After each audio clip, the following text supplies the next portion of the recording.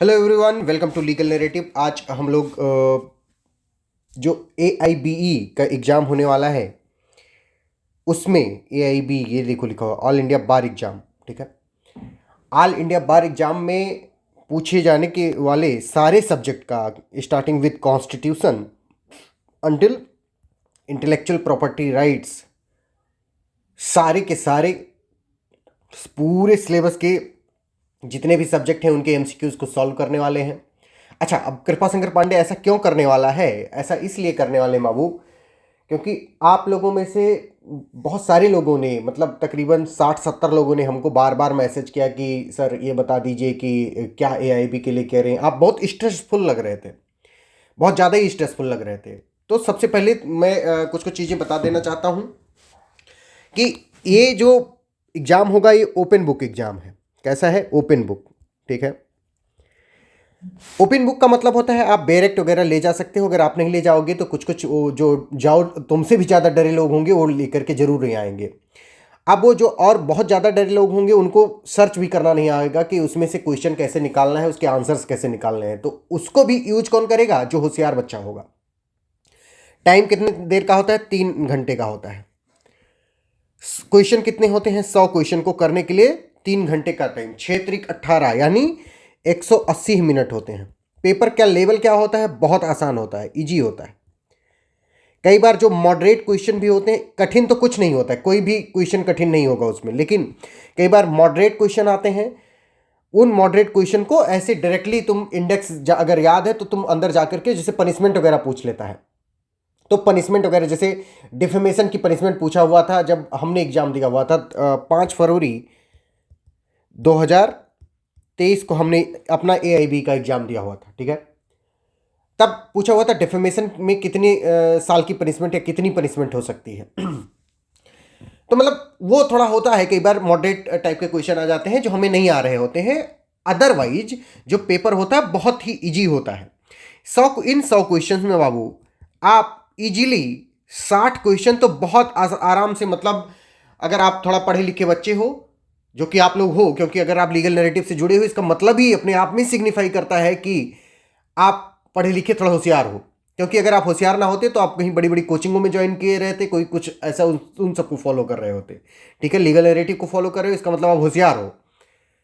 जैसे human right का क्या होता है? ह्यूमन राइट वो राइट्स होते हैं जो by virtue of being human provide किए जाते हैं। वैसे तरह से होशियारी कैसे आती है? By virtue of being member of legal narrative होता है।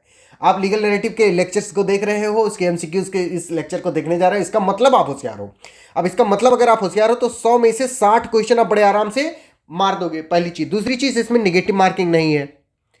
जब आप वो निगेटिव मार्किंग नहीं होती है तो हम तो कब कभी तो मार देते हैं ना। तो कुल मिलाकर, और लाना कितना है, इसका पासिंग मार्क कितना है? 45 लाना है। मतलब 45 प्लस जो भी लाओगे उसका कुछ ऐसा मेरिट लिस्ट नहीं बनती है कि नहीं भैया तुम 100 आउट ऑफ 100 पा गए हो तो तुमको एक अलग तमगा दिया जाएगा और जो नहीं पाया है उसको अलग तमगा नहीं दिया जाएगा। ऐसा कुछ नहीं होता है। ठीक है, हमको मतलब इतना जो पाएगा उसके जो एग्जाम आएगा, मतलब रिजल्ट आएगा उसमें पास लिखा रहेगा, और जो इसके नीचे पाएगा उसके में फेल लिखा रहेगा। बस यही सिंपल डिफरेंस होता है। तो कुल मिला के हमारा ऑब्जेक्टिव क्या है कि 45 के अबव लेकर के आना है। 45 मत टारगेट करो, तुम ऐसे टारगेट करो कि 55 के अबव लेके आना है, कि अगर इस 55 में से भी 2-4 नंबर कम आ जाए तभी 45 के अबव आप हो जाओ। तो आपका सेफेस्ट टारगेट क्या है? हमको 100 आउट ऑफ 55 मार्क्स लेकर के आने हैं। ये बात ठीक है? इतनी समझ में आ गई? अब अगर आप इस पूरे MCQ के इस वाले अपने लाइव लेक्चर को अटेंड करते हो तो आप कितने मार्क्स का भर का, मतलब एकदम कॉन्फिडेंटली कर सकोगे? 60 क्वेश्चन आप कॉन्फिडेंटली कर सकोगे, क्योंकि इसी लेक्चर में से 60 क्वेश्चन डायरेक्ट आ जाने हैं। डायरेक्टली या इनडायरेक्टली, मतलब उसके आसपास की चीजें ही पूछ ली जाएंगी। ठीक है, तो आपको पैनिक नहीं करना है, परेशान नहीं होना है। एकदम से आराम से इस पूरे MCQ के उसको देखोगे। और अगर इसकी PDF भी आपको चाहिए तो आप PDF टेलीग्राम चैनल से हमारे डाउनलोड कर सकते हो, या आप इस नंबर पे, ये देखो मैंने अपना नंबर भी लिख दिया है, ये देखो, ये 99848489 कृपा शंकर पांडे ये नंबर हमारा है। इस पे आप व्हाट्सएप करोगे, हम आपको PDF दे देंगे। ये बात ठीक है? अगर आप हमारा UP APO या बिहार APO प्रीलिम्स का बैच ज्वाइन करना चाहते हैं तो 1200 रुपये फीस में उसका बैच, कंप्लीट बैच चल रहा है, जिसमें हम सारे सब्जेक्ट कवर कर रहे हैं इन टोटो। उसके MCQs दे रहे हैं, हर चीज़ दे रहे हैं कुल मिला के। इंक्लूडिंग जी के जी एस। अगर आप नेट JRF बैच का मतलब पेपर 1 पेपर 2 दोनों ज्वाइन करना चाहते हैं तो 2500 रुपये में है। अगर आप खाली पेपर 1 ज्वाइन करना चाहते हैं तो 1000 रुपये में है। अगर खाली लॉ पेपर ज्वाइन करना चाहते हैं तो 1500 रुपये में है, जिसमें हम कंप्लीट कवरेज करेंगे विद गारंटी कि जब तक आपका JRF नहीं हो जाता है तब तक हम पढ़ाएंगे आपको। ये बात ठीक है। अगर ये सब चीज़ें हैं, अगर आपको PDF वगैरह चाहिए तो आप क्या कर सकते हो, मुझसे कांटेक्ट कर सकते हो। इतना करने के बाद में अब हम डायरेक्ट अपने क्वेश्चंस को सॉल्व करने की तरफ जाएंगे, जिसमें हम सभी सब्जेक्ट को कवर कर देंगे। ये नहीं कि सिर्फ हम कॉन्स्टिट्यूशन वो करके और आपको बता दें कि नहीं बस हो गया, नहीं, हम सारे सब्जेक्ट को कवर करेंगे। आपको 1 बाई 1 देखना है और डटे रहना है जब तक हम इस लाइव क्लास में हम पढ़ा रहे हैं, ठीक है। अगर आप सभी लोग कमेंट कर देते हो, मतलब 60-70 कमेंट आता है और वो भी मतलब थोड़ा अप्रिसिएटिव कमेंट रहता है, अच्छा लगेगा अगर हमको, तो हम क्या करेंगे, हम इसको छोड़ देंगे, मतलब पब्लिकली अवेलेबल रहने देंगे। नहीं करते हो, अगर 50 कमेंट से कम रहता है तो हम इसको प्राइवेट कर देंगे, मतलब आप सिर्फ एक बार इसको एक्सेस कर सकोगे, उसके बाद एक्सेस नहीं कर सकोगे। बात ठीक है। नाउ अब हम जिस लेवल में AIB में क्वेश्चन पूछे जाते हैं उसी लेवल के हमने इस क्वेश्चन को बनाया हुआ है, और आप क्या करोगे, 1 बाई 1 देखोगे और हड़बड़ाओगे नहीं एकदम से, क्योंकि हमने क्वेश्चन लिखा, क्वेश्चन के नीचे डायरेक्ट आंसर लिख दिया है। बहुत आसान भाषा में इसको बनाया हुआ है, आप देखिए, आपको सब कुछ समझ आ जाएगा। Okay, let's start. Which article abolish untouchability? Untouchability कौन अबॉलिश करता है? आर्टिकल 17 अबॉलिश करता है। यह बात हमको पता है, आपको पता है, सबको पता है, ठीक है। Next question is the president can remove by impeachment only for? किस चीज के लिए कौन से प्रेसिडेंट को रिमूव किया जा सकता है? तो इनको 2 चीजों के लिए किया किया जाता है, violation of constitution, violation of the constitution. सिर्फ एक ग्राउंड है, only ground of violation of the constitution, article 61 में दिया हुआ है। ये बात बहुत इंपॉर्टेंट बात है, ठीक है। Next question is which is not a fundamental duty under 51A? 51A में कौन सा फंडामेंटल ड्यूटी नहीं है? तो टैक्स पे करना हमारा फंडामेंटल ड्यूटी नहीं है। टैक्स पे करना हमारा फंडामेंटल ड्यूटी नहीं है। Next question is the 42nd amendment act 1976 is popularly known as? इसको पॉपुलरली क्या कहा जाता है? मिनी कॉन्स्टिट्यूशन कहा जाता है, मिनी कॉन्स्टिट्यूशन कहा जाता है। और क्या कहा जाता है? इसको इमरजेंसी अमेंडमेंट भी कहा जाता है। मिनी कॉन्स्टिट्यूशन और इमरजेंसी अमेंडमेंट दोनों कहा जाता है, यानी ऑप्शन सी सही है, both A and B, both A and B. Mini constitution and during emergency pass हुआ था, इसलिए इमरजेंसी अमेंडमेंट भी 42nd उसको कहते हैं। Okay, heart and soul of the constitution किसको कहा जाता है? डॉक्टर अम्बेडकर ने किसको हार्ट एंड सोल कहा? तो उन्होंने आर्टिकल 32 को कहा है, आर्टिकल 32 को उन्होंने heart and soul of the constitution कहा है, ठीक है। Next is the first schedule of the constitution deals with, first schedule किससे डील करता है? तो first schedule union and state territories से डील करता है, यूनियन एंड स्टेट टेरिटरीज से डील करता है, ठीक है। Next question is power of parliament to amend the constitution is contained in, कहां पे है? तो आर्टिकल 368 में है। Power of parliament to amend constitution is contained in article 368। Next question is the basic structure doctrine was laid down in, basic structure doctrine किस उसमें laid down की गई है? तो Kesavananda Bharati versus state of Kerala में की गई, 1973, Kesavananda Bharati versus state of Kerala. Next question is which of the following is part of basic structure? इनमें से कौन सा बेसिक स्ट्रक्चर का पार्ट है? तो जुडिशियल रिव्यू भी है, फेडरलिज्म भी है, सेकुलरिज्म भी है, ऑल ऑफ द अबव, ठीक है। जुडिशियल और बेसिक स्ट्रक्चर किससे आया है? केशवानंद भारती केस से आया। बेसिक स्ट्रक्चर होता क्या है? बेसिक स्ट्रक्चर बाबू वो कॉन्स्टिट्यूशन के पार्ट एंड पार्सल होते हैं जिनको कौन बताता है? जुडिशरी अपनी बताती है कि ये बेसिक स्ट्रक्चर है, बात ठीक है। Next question is the right to education, article 21 capital A was inserted by, किसके द्वारा इंसर्ट किया गया है? 86th कॉन्स्टिट्यूशन अमेंडमेंट एक्ट 2002 के द्वारा इंसर्ट किया गया है राइट टू एजुकेशन, ठीक है। Next question is final authority to decide whether a bill is a money bill और नॉट, किसके पास होता है फाइनल अथॉरिटी? तो स्पीकर ऑफ द लोकसभा के पास होता है। किसके पास होता है? स्पीकर ऑफ द लोकसभा के पास होता है। वो सर्टिफाई करता है कि कौन सा बिल मनी बिल है, कौन सा बिल मनी बिल नहीं है, ठीक है। Doctrine of pith and substance is used to determine, क्या किस चीज़ को डिटरमिन करने के लिए doctrine of pith and substance का यूज किया जाता है? तो लेजिस्लेटिव कॉम्पिटेंस को यूज डिटरमिन करने के लिए। Option A is the right answer, legislative competence. अब आप लोग सोच रहे होंगे कि मैंने ऑप्शन को ABCD करके क्यों नहीं लिखा है, मैंने DCBA क्यों लिखा है? क्योंकि बाबू अगर हम ऐसे आराम से लिख देंगे, ऐसे सीधे सीधे लिख देंगे, तो आप क्या करोगे, आप दिमाग नहीं लगाओगे, इसमें थोड़ा आपको दिमाग लगाना पड़ेगा, ये बात ठीक है, जिससे आप थोड़ा एक्टिव। मैं कल अपने नेट JRF बैच में पढ़ा रहा था कि टीचिंग मेथोडोलॉजी, तो उसमें मैं देखा कि लेक्चर डिलीवर करते टाइम पे कुछ कुछ ऐसा करना चाहिए जिससे बच्चे एक्टिव हो जाए थोड़ा। तो आप क्या हो जाओगे, एक्टिव हो जाओगे। ठीक है, आपका दिमाग इस पैटर्न पर सेट है कि अगर ऑप्शन ए सही है तो वो पहले नंबर पर होना चाहिए। मैंने क्या किया है, अगर ऑप्शन ए सही है तो वो लास्ट नंबर पर है, बात ठीक है। Next question is presidents rule in A state is impose under, किसमें प्रेसिडेंट रूल इम्पोज किया जाता है, आर्टिकल 356 में किया जाता है।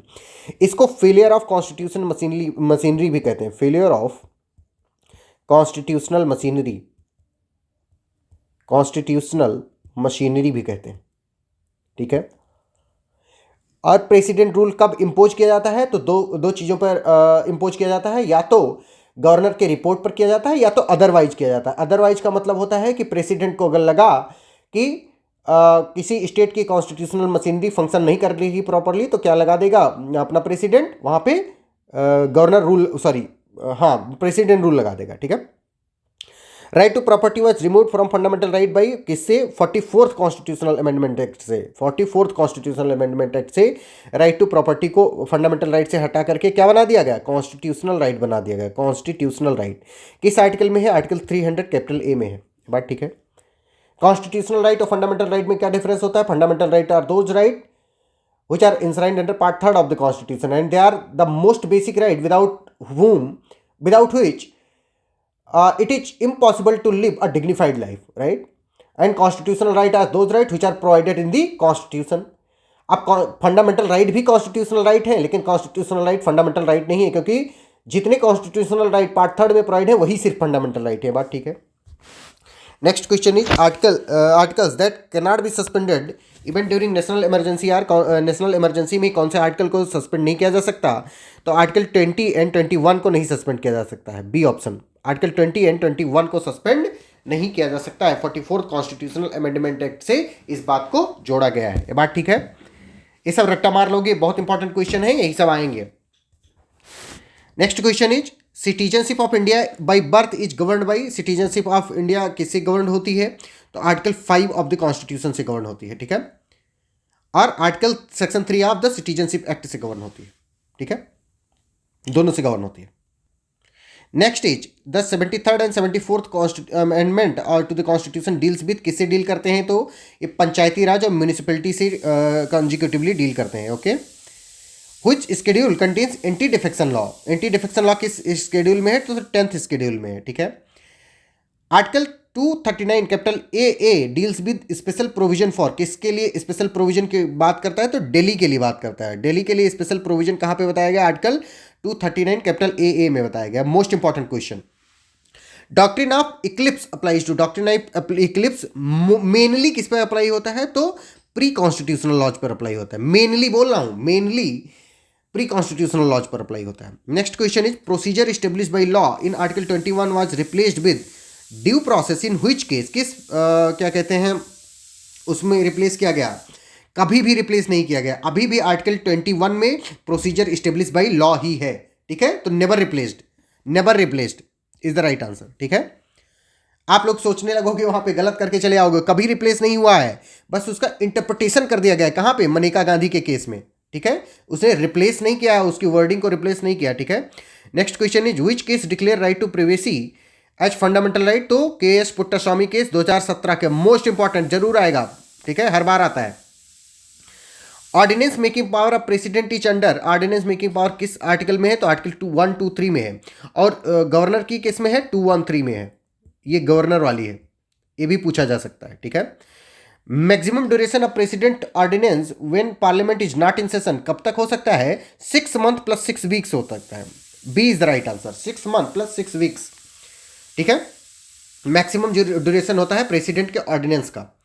Next question is which article provides for national judicial appointment commission, NJAC के बारे में कौन सा अमेंडमेंट एक्ट बात करता था जिसको अनकॉन्स्टिट्यूशनल बाद में घोषित कर दिया गया, तो आर्टिकल 124 कैपिटल ए बात करता था, और उसको इंसर्ट किया गया था 99th कॉन्स्टिट्यूशनल अमेंडमेंट एक्ट के द्वारा, और इसको स्ट्रक डाउन कर दिया गया है 2015 में ही, हम लोग बहुत बच्चे थे तब। ठीक है, next question is the landmark case that overruled ADM Jabalpur, habeas corpus case is ADM Jabalpur case में जो बात बताई गई थी, कुछ चीज़ें उनको ओवररूल करने किस केस में कर दिया गया है, तो के.एस. पुट्टास्वामी केस में कर दिया गया है, के.एस. पुट्टास्वामी केस में कर दिया गया है। ठीक है, which article deals with abolition of title, कौन सा आर्टिकल एबोलिशन ऑफ टाइटल से डील करता है, तो आर्टिकल 18 डील करता है, आर्टिकल 18 डील करता है। ठीक है, preventive detention beyond 3 months requires approval of, किसका अप्रूवल चाहिए होता है प्रिवेंटिव डिटेंशन के लिए?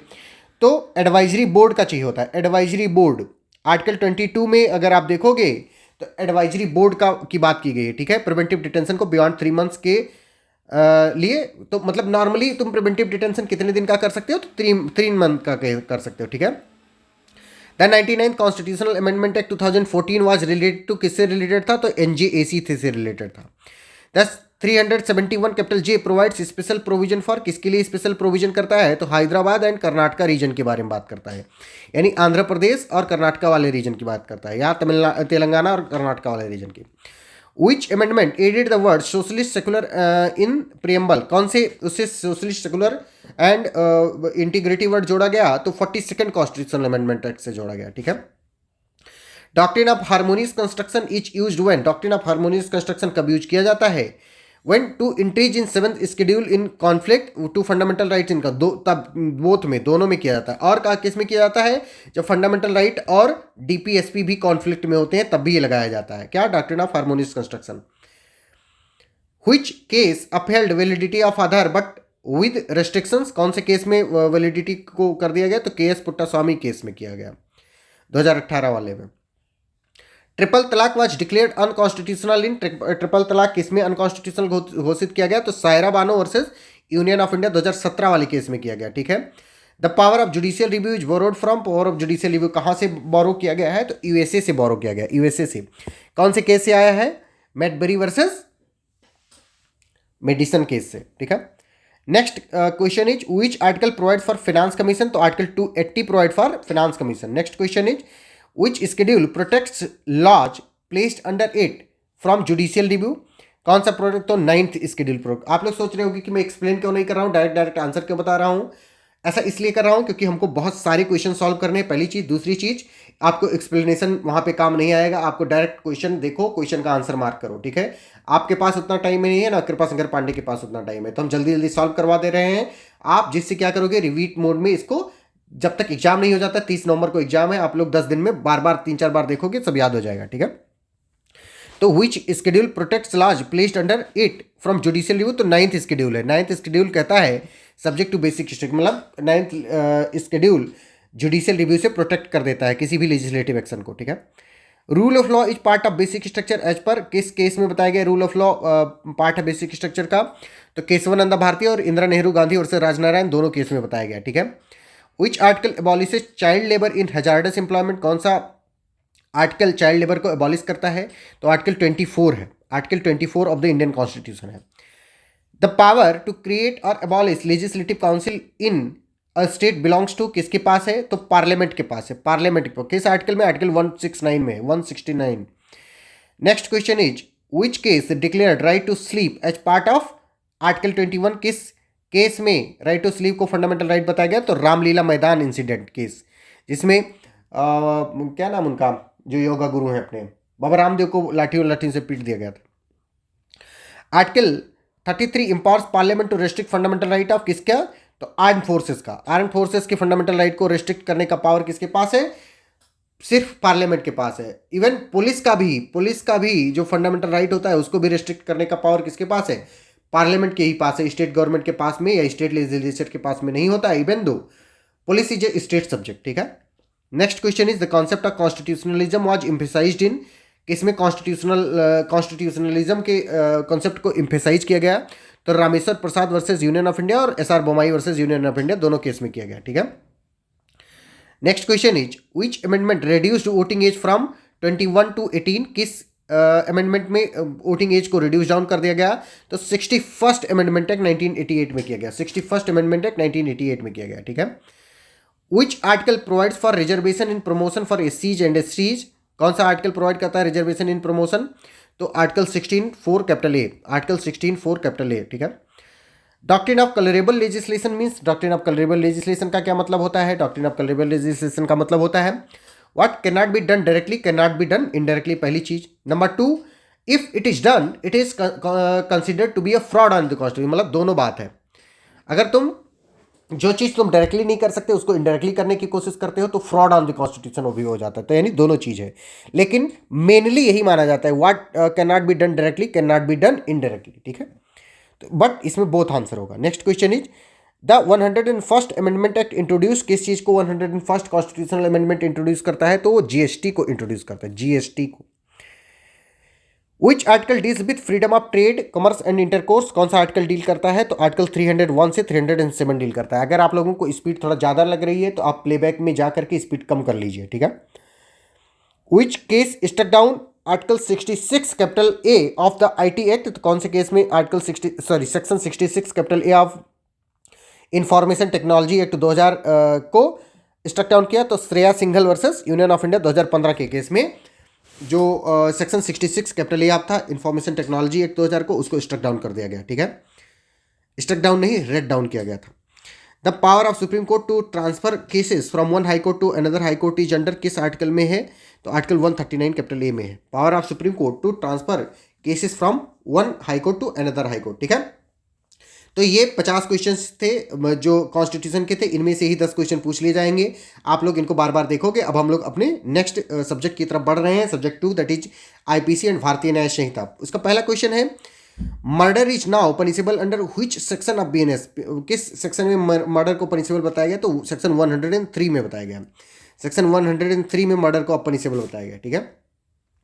Culpable homicide is defined under, culpable homicide कहाँ पे डिफाइन किया गया है? तो कल्पेबल होमिसाइड सेक्शन 299 आईपीसी में और सेक्शन 100 बीएनएस में डिफाइन किया गया, ठीक है। सेक्शन 299 आईपीसी और सेक्शन 100 बीएनएस में, ठीक है। Next question is murder committed by a group of 5 और more person on ground of race, caste, community etcetera that is mob lynching is specifically punishable under, किस सेक्शन में mob lynching को punishable बनाया गया है? तो सेक्शन 103 क्लास 2 में बनाया गया, सेक्शन 103 क्लास 2 में बनाया गया। ये सारी चीज़ें बहुत इंपॉर्टेंट है। मॉब लिंचिंग वगैरह को पहली बार इंट्रोड्यूस किया गया है, इनको रट्टा मार के रखना, यही सब क्वेश्चन पूछे जाएंगे। Next question is the offence of snatching has been separately defined under which, separately defined and punished under which section? तो 303 में, सेक्शन 303 ऑफ बीएनएस में स्नैचिंग को डिफाइन किया गया, ठीक है।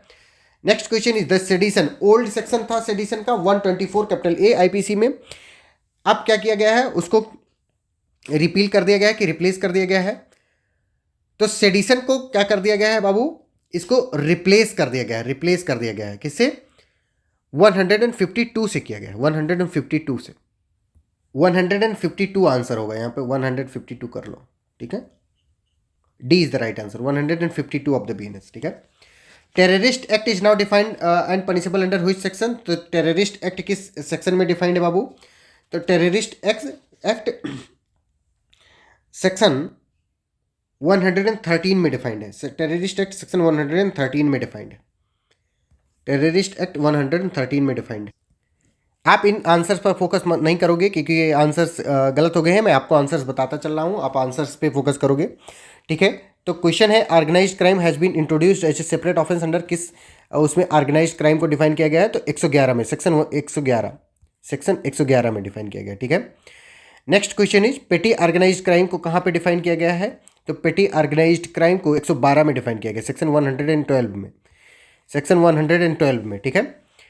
Next question is community service as a form of punishment has been introduce for the first time for which offence, किस offence के लिए किया गया है? तो बहुत सारे ऑफेंसेस के लिए किया गया है जिनको हमने इसमें ऑल ऑफ द अबव, जिसे डिफेमेशन में भी दिया जा सकता है, थेफ्ट में भी दिया है, all of the above right answer है, ठीक है। Rape on a women under 16 years of age is punishable under किस, उसमें पनिशेबल उसको बनाया गया है? Rape of the women under 16 year, rape on a women under 16 years of age is punishable under, तो किस सेक्शन में? सेक्शन 65 में पनिशेबल, सेक्शन 65 का क्लास 1 बताता है, ठीक है। Gang rape of a girl below 18 year is punishable under, तो गैंग रेप सारा तरह का गैंग रेप सेक्शन 70 क्लास 2 में पनिशेबल है, ठीक है। तो मतलब सेक्शन 70 में पनिशेबल, तो लाइफ इम्प्रिजनमेंट और डेथ सेक्शन 70 क्लास 2 बीएनएस, ठीक है। Section 498 capital A of IPC cruelty के बारे में बात करता था, क्रुएलिटी बाई हस्बैंड और relative of husband is now provided under किस सेक्शन में उसको प्रोवाइड किया गया है? तो सेक्शन 85 ऑफ बीएनएस में प्रोवाइड किया गया, सेक्शन 85 ऑफ बीएनएस में प्रोवाइड किया गया, ठीक है। Dowry death is punishable under, dowry death कहाँ पे पनिशेबल किया गया है? तो सेक्शन 80 में पनिशेबल किया गया है ऑफ दी भारतीय न्याय संहिता, ठीक है, सेक्शन 80 ऑफ भारतीय न्याय संहिता में। Common intention is now covered under common intention section 3 class 5 में कॉमन इंटेंशन को किया गया है, जिसमें बताया गया है कि acts done by several person in furtherance of common intention, ठीक है, जो पहले सेक्शन 34 आईपीसी में हुआ करता था, ठीक है, सेक्शन 34 आईपीसी। बात ठीक है, समझ में आ गई सबको। Criminal conspiracy is defined under, criminal conspiracy कहाँ पर डिफाइंड, तो क्रिमिनल कॉन्स्पिरेसी सेक्शन 61 क्लास 1 में डिफाइंड है बीएनएस में, ठीक है। 1 2 और more person agree to do illegal act, section 61 clause 1 में, मतलब सेक्शन 61 समझ लो ऐसे। Abetment is defined under, abetment कहाँ पर डिफाइंड है हमको बताना है, तो abetment is defined under section 45। Abetment section 45 में डिफाइंड है, एबेटर सेक्शन 46 में डिफाइंड है, सेक्शन 47 से लगा करके सेक्शन 50 तक में एबेटमेंट के बहुत सारे प्रकार दिए गए हैं। तो यानी अगर स्पेशली पूछ रहा है कि एबेटमेंट इज डिफाइंड अंडर, तो सेक्शन 45 आंसर होगा, ठीक है। लेकिन एबेटमेंट के सारे तरीके बताए गए हैं 45 से लगा करके 50 तक, बात ठीक है। Next question is attempt to murder is punishable under, attempt to murder कहाँ पे पनिशेबल है, किस सेक्शन में पनिशेबल है, तो section 109 of BNS, section 109 of BNS में पनिशेबल है, ठीक है, अटेम्प्ट टू मर्डर।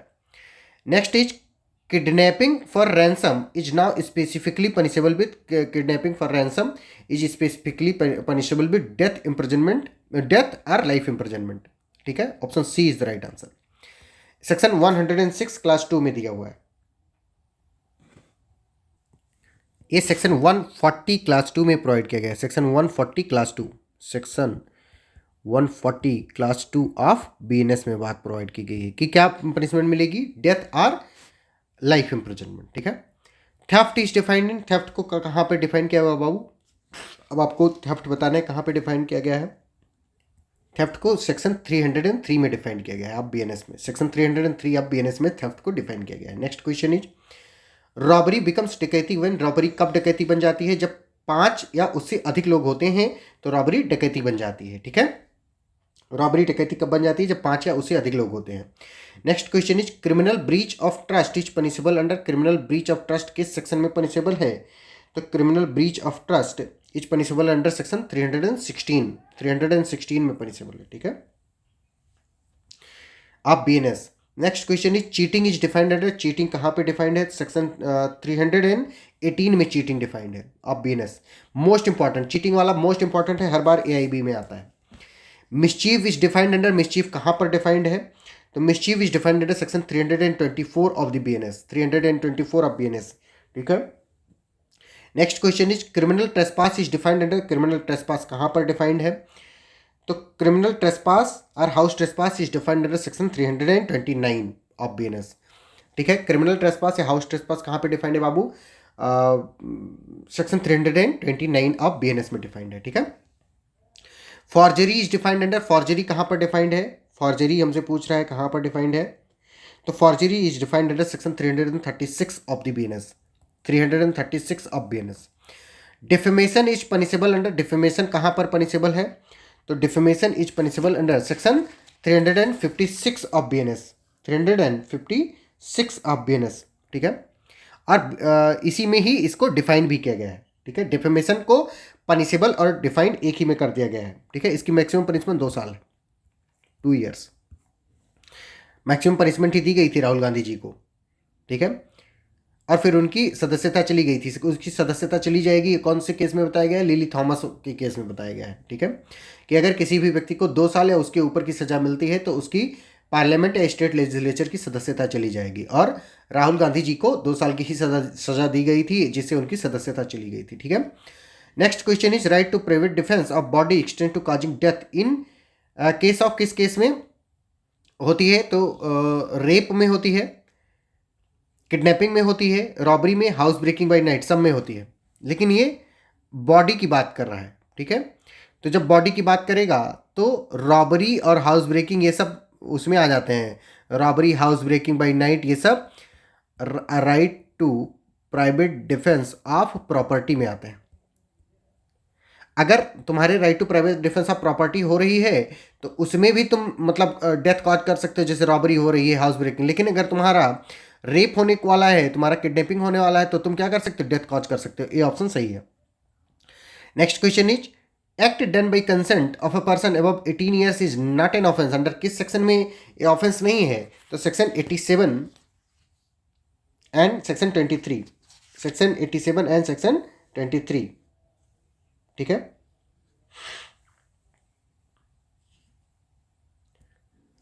सॉरी, ये 23 नहीं होगा, 25 होगा, 25, सेक्शन 25, 25 ऑफ BNS, सेक्शन 87 या सेक्शन 25 ऑफ BNS, ठीक है। ये बात आप याद रखोगे। Mistake of fact bonafide is a general exception under mistake of fact, किस सेक्शन में इसको जनरल एक्सेप्शन बताया गया है? तो सेक्शन, ये आईपीसी, ये BNS नहीं होगा, IPC होगा, सेक्शन 76 एंड 79 ऑफ IPC, ठीक है। बात याद रहेगी सबको। Next question is act of child below 7 year of age is no offence, no offence, doli incapax है, वो डॉली इन कैपेक्स है, ठीक है। एक किस सेक्शन में इसको बताया गया है कि डॉली इन कैपेक्स होता है? तो सेक्शन 20 में बताया गया है, सेक्शन 20 ऑफ BNS, ठीक है। Act of a child below 7 year of age is no offence, यानी वो डॉली इन कैपेक्स होता है, किस सेक्शन में बताया गया? सेक्शन 20 में बताया गया, ठीक है। Insanity as a defence is covered under, insanity यानी पागलपन, किस सेक्शन में इसको कवर किया गया है? तो सेक्शन 22 ऑफ BNS में किया गया है, सेक्शन 22 ऑफ BNS में, सेक्शन 84 या सेक्शन 20 IPC या सेक्शन 22 ऑफ BNS में, ठीक है। Next question, intoxication as a defence is available only when it is involuntary, when it is involuntary, जब इंटॉक्सिकेशन जो होता है वो इनवॉलेंटरी होता है, अगेंस्ट विल होता है, तो वो क्या होता है? मतलब अच्छा डिफेंस होता है, ठीक है। सेक्शन 23 में बात बताई गई है। Next question is the offence of voyeurism is punishable under, voyeurism को किस सेक्शन में पनिशेबल बताया गया है बाबू? तो वोयरिज्म को पनिशेबल बताया गया है हमारे सेक्शन 77 में, सेक्शन 77 में वोयरिज्म को पनिशेबल बताया गया है, ठीक है। सेक्शन 77 BNS, 77 BNS, ये रट्टा मार लेना सब लोग, ठीक है। The offence of voyeurism is punishable under section 77 of BNS, ठीक है। Stalking is punishable under, stalking को किस सेक्शन में पनिशेबल? तो सेक्शन 78 में, सेक्शन 78 में स्टॉकिंग को पनिशेबल बताया गया, ठीक है, BNS। Next question is assault or criminal force to women with intent to outrage her modesty is under, outrage her modesty करना होगा तो किस सेक्शन में असॉल्ट करोगे? मतलब असॉल्ट तुम काहे करोगे भाई? तो वो सेक्शन 74 है, सेक्शन 74 ऑफ BNS में, ठीक है। Next question is causing miscarriage without women's consent is punishable under, causing miscarriage without women's consent किस सेक्शन में पनिशेबल है? तो विदाउट सेक्शन 89 में, सेक्शन 89 में, इसमें ऑप्शन में ही नहीं है, सेक्शन 89 BNS, ठीक है। Causing miscarriage without women's consent is punishable under section 89 of BNS। Next question is unnatural offenses non-consensual are now covered under, unnatural offenses किस? तो unnatural offenses को खत्म कर दिया गया है, नो प्रोविजन इन BNS, ठीक है। अब कोई भी प्रोविजन नहीं है, बात ठीक है। अब अननेचुरल ऑफेंसेस जैसा कोई भी प्रोविजन नहीं है, नो, कंप्लीटली रिपील्ड कर दिया गया है, उसको कंप्लीटली रिपील्ड कर दिया गया है, ठीक है, no provision. Next question is bigamy is punishable under, bigamy किस सेक्शन में पनिशेबल है? हमको ये बात बतानी है। तो bigamy is punishable under section 82 of BNS, section 82 of BNS, ठीक है। Adultery was earlier under section 497 IPC, now it is, अब एडल्ट्री किस सेक्शन में है ये हम लोगों को बताना है। तो बाबू एडल्ट्री को भी रिमूव कर दिया गया है, एडल्ट्री को भी रिमूव कर दिया गया है। अब now it is not an offence, not an offence, ठीक है। डिक्रिमिनलाइज कर दिया गया था, कब से? जोसेफ साइन वाले केस से। Next question is criminal intimidation is defined under, criminal intimidation को किस सेक्शन में डिफाइन किया गया है? ये बात हमको बतानी है। तो ये सेक्शन 351 ऑफ बीएनएस में डिफाइन किया गया, सेक्शन 351 ऑफ बीएनएस में, ठीक है। Next question is public servant disobeying law is punishable under, public servant disobey करता है अगर लॉ को तो किसमें उसको पनिश किया जाएगा, ये सेक्शन 199 में बताया गया है आप बीएनएस के। Public servant disobeying law is punishable under section 199, ठीक है। Next question is punishment for attempt to commit offences punishable with life, किस सेक्शन में पनिशमेंट इसकी दी गई है, attempt to commit offences punishable with life, तो section up to life, up to half दी जा सकती है उसकी, ठीक है, up to half. Next question is rash and negligent act endangering human life is punishable under, negligence rash and negligent act को कहाँ पे बताया गया है, ये सेक्शन 181 में बताया गया है, सेक्शन 181 आप बीएनएस में, ठीक है। नेक्स्ट है causing death by negligence not amounting to culpable homicide is किस सेक्शन में बताया गया है बीएनएस के, तो सेक्शन 106 क्लास 1 में, ठीक है। तो काजिंग डेथ बाय नेग्लिजेंस किस में बताया गया है, सेक्शन 106 में बताया गया।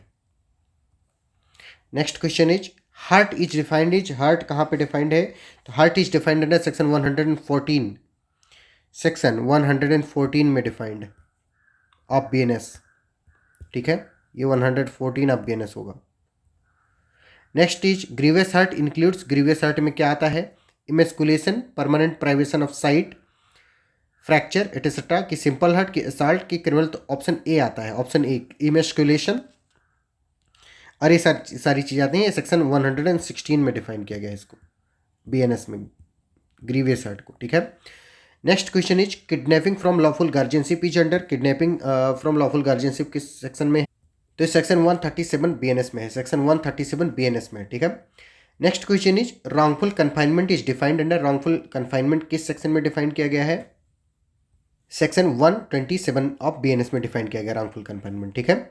House trespass to commit offence punishable with death और इम्प्रिजनमेंट फॉर लाइफ इज, मतलब किस जगह पे house trespass to commit offence punishable with death imprisonment for life, ये कहाँ पे किस सेक्शन में बताया गया है, सेक्शन 332 यानी 332 आप बीएनएस में बताया गया, सेक्शन 332 आप बीएनएस में, ठीक है। Next question is the maximum punishment for attempt to commit culpable homicide is, maximum punishment क्या है attempt to commit culpable homicide, तो 7 साल है, 7 साल, ठीक है, 7 ईयर्स। और ये बात कहाँ पे बताई गई है, सेक्शन 105 आप बीएनएस में बताई गई है, ठीक है। तो ये सारी चीज़ें आप लोग याद कर लोगे, ठीक है। इसमें कुछ कुछ क्वेश्चंस के आंसर इसमें गलत लिख दिए गए हैं, तो उसको मैं अभी अमेंड कर दे रहा हूँ, आपको जो भी पीडीएफ मिलेगा तो उसमें सब सही सही मिलेगा, ठीक है। नाउ सब्जेक्ट 3 हम लोग डील करेंगे सीआरपीसी और भारतीय नागरिक सुरक्षा संहिता, और कॉन्स्टिट्यूशन देख लिया, अब हम लोग अपना बीएनएसएस देखेंगे, ठीक है। क्वेश्चन है new law replacing CrPC from 1 July 2024 is, उसका क्या नाम है, तो भारतीय नागरिक सुरक्षा संहिता है, ठीक है, बीएनएसएस है। बीएनएसएस में कितने मतलब सेक्शंस टोटल हैं, तो 531 सेक्शंस हैं, ठीक है। Next question is mandatory audio video recording of search and seizure required under, किस सेक्शन में mandatory audio video recording of search और सीजर की रिक्वायर्ड है, तो सेक्शन 105 ऑफ बीएनएसएस में है, सेक्शन 105 ऑफ बीएनएसएस में है। Next question is forensic expert must visit crime scene for offence punishable with, किस ऑफेंस के लिए फॉरेंसिक एक्सपर्ट का मतलब क्राइम सीन पर जाना जरूरी है, ऐसे क्राइम्स के लिए जिनकी सजा 7 साल या उससे ज़्यादा की है, ठीक है। कौन सा सेक्शन बताता है, सेक्शन 176 क्लास 3 ऑफ बीएनएसएस बताता है, ठीक है। Next question is preliminary inquiry before FIR allowed for offences punishable with, preliminary inquiry किनमें मतलब अलाउड किया गया है, तो 3 साल से जो लेस के होते हैं, मतलब 3 साल से लगा करके 7 साल तक जो होते हैं, ठीक है, 3 year to less than 7 years, B is the right answer. कौन सा बताता है, तो सेक्शन 173 क्लास 3 बताता है। Next is zero FIR must be transferred with in, zero FIR को कब कितने दिनों के अंतर्गत ट्रांसफर करना होगा, तो फोर्थ विथ लिखा हुआ है उसमें, ठीक है, तो फोर्थ विथ यानी तुरंत ट्रांसफर करना होगा, और मैक्सिमम अलाउ किया गया है 15 दिन तक के लिए, ठीक है। Next is maximum police custody during first 15 days is, maximum police custody कितने दिन की हो सकती है, तो टोटल 15 डेज की हो सकती है पुलिस कस्टडी, ठीक है, 15 दिन तक। किस सेक्शन में बताया गया? 187 क्लास 3 में बताया गया। Maximum period for completing investigation is, maximum period complete करने के लिए इन्वेस्टिगेशन कितने हैं? तो 180 दिन है, 180 दिन। कहाँ पे बताया गया है? सेक्शन 193 क्लास 8 ऑफ BNSS में बताया गया है। 90 दिन है मतलब नॉर्मली, और 90 दिन उसको एक्सटेंड किया जा सकता है किसके द्वारा? कोर्ट के द्वारा, ठीक है। Mercy petition procedure added under, mercy petition procedure कहाँ पे ऐड किया गया है? तो सेक्शन 472 से 475 BNSS में ऐड किया गया है mercy petition. Trial in absentia introduced under, trial in absentia किस सेक्शन में इंट्रोड्यूस किया गया है? तो सेक्शन 356 ऑफ BNSS में इंट्रोड्यूस किया गया है ट्रायल इन एब्सेंसिया, ठीक है। Next question is section 144 of CRPC is now, section 144 CRPC को किस में तब्दील कर दिया गया है? तो 163 BNSS में, सेक्शन 163 BNSS में, ठीक है। Recording confession by magistrates old 164, अब कौन सा सेक्शन हो गया है? तो 183 हो गया है, सेक्शन 183 BNSS हो गया है। Next question is statement of accused old section 313 CRPC, अब कौन से में हो गया है? तो 351 ऑफ BNSS में हो गया, जिसको हम कई बार examination of the accused of power to examine accused भी कहते हैं, ठीक है। Next is under trial prisoner bailed, under trial prisoner bail served 1/3 sentence first offender, कौन से सेक्शन में बात की गई है? तो सेक्शन 479 BNSS में बात की गई है। Anticipatory bail is now under, anticipatory bail को किस सेक्शन में प्रोवाइड किया गया है? तो 482 में एंटीसिपेटरी बेल की बात की गई, ठीक है। सेक्शन 482 एंटीसिपेटरी, मोस्ट इंपॉर्टेंट, पूछा ही जाएगा जरूर। Charge in session trial now framed under, charge session trial में किस सेक्शन में फ्रेम किया जाता है? तो 251 में आप BNSS में फ्रेम किया जाता है, ठीक है। Next question is judgment must be pronounced within, judgment को कब तक प्रोनाउंस कर दिया जाना? 30 दिन के अंदर प्रोनाउंस कर दिया जाना चाहिए, उसको एक्सटेंड किया जा सकता है 45 दिनों तक के लिए। किस सेक्शन में बताया गया है? 392 BNSS में बताया गया है, सेक्शन 392 BNSS में। विक्टिम्स के right, victims right to be heard किस सेक्शन में बताया गया है? तो 360 BNSS में बताया गया है, victims right to be heard section 360 BNSS। Electronic mode of trial recognised under, electronic mode of trial किस सेक्शन में रिकॉग्नाइज किए गए हैं? तो सेक्शन 63 to 69, 105, 173, 530 ऑफ BNSS में बताए गए हैं, ठीक है। ये सेक्शंस याद कर लोगे। FIR इज नाउ अंडर, किस सेक्शन में FIR की बात की गई? तो 173 ऑफ BNSS में बात किया गया है। अरेस्ट विदाउट वारंट ओल्ड 41 था, अब किस सेक्शन में है? तो 35 ऑफ BNSS में है। नोटिस ऑफ अपीयरेंस ओल्ड 41 में था, अब किस में है? तो 35 क्लास 4 में है of BNSS। Search and seizure by police now under, search and seizure by police किस सेक्शन में है? तो 185 BNSS में है, ठीक है। Proclamation for absconding person old 82 में था, अब किस में है? 84 ऑफ BNSS में है। Next is security for keeping peace old 106 में था, अब किस में है? 125 में है, ठीक है। सिक्योरिटी फॉर कीपिंग पीस, ये वाला भी मोस्ट इंपॉर्टेंट है, ये वाला भी बहुत बार पूछा जाता है। सिक्योरिटी फॉर कीपिंग पीस वाला क्वेश्चन बहुत इंपॉर्टेंट है, ठीक है। और ये मतलब मुझे ऐसा लग रहा है कि ये इस बार के भी एग्जाम में जरूर आएगा, ठीक है। अब ये जो सिक्योरिटी फॉर कीपिंग पीस है ये ऑन कन्विक्शन है, ऑन कन्विक्शन बहुत इंपॉर्टेंट है। मतलब सिक्योरिटी फॉर कीपिंग पीस वाले जितने भी हैं 125, 26, 27, 28 और 29, वो सब याद कर लोगे, मतलब देख लेना एक बार। Bail in non bailable offences section कौन से में बताया गया है? Bail in non bailable offences, तो पहले 437 में था, अब किस में है? 478 ऑफ BNSS में है, ठीक है। पहले ओल्ड CRPC में किस में था? 437 में था। बेल बाई सेशन या हाई कोर्ट जज ओल्ड 439 में था, अब किस में है? तो अब 480 में है, 480 BNSS में है। Next question is compounding of offences old 320 में था, अब किस में? 359 ऑफ BNSS में है। Next question is plea bargaining, most important, old 265 A से L तक में था, अब किस में है? 290 से 99 तक में, 290 से 299 BNSS में क्या है? Plea bargaining, most important. Tender of pardon पिछले मतलब CRPC में 306 से 307 में था, अब किस में है? तो 340 से 341 BNSS में है, ठीक है। कॉग्निजेंस ऑफ ऑफेंसेस ओल्ड 190 में था, अब किस में है? तो 223 BNSS में है। ओल्ड 190 में था, अब किस में है? 223 BNSS में है। कमेंसमेंट ऑफ प्रोसीडिंग ओल्ड 204 में था, अब किस में है? तो 231 BNSS में है, 231 BNSS में कमेंसमेंट ऑफ प्रोसीडिंग। नेक्स्ट है discharge of in sessions case, discharge in sessions case किस में था? तो 227 में था सीआरपीसी में, अब किस में है तो 250 में है, ठीक है। ये ऐसे सब रट्टा मार के रखोगे। विड्रावल ऑफ प्रोसिक्यूशन ओल्ड 321 में था, अब किस में है तो 342 ऑफ बीएनएसएस में है। Withdrawal of prosecution most important question हैं ये सब। Inherent powers of high court old 482 में था, न्यू वाला किस में है तो न्यू वाला 528 ऑफ बीएनएसएस में है, ठीक है। Inherent power of high court most important.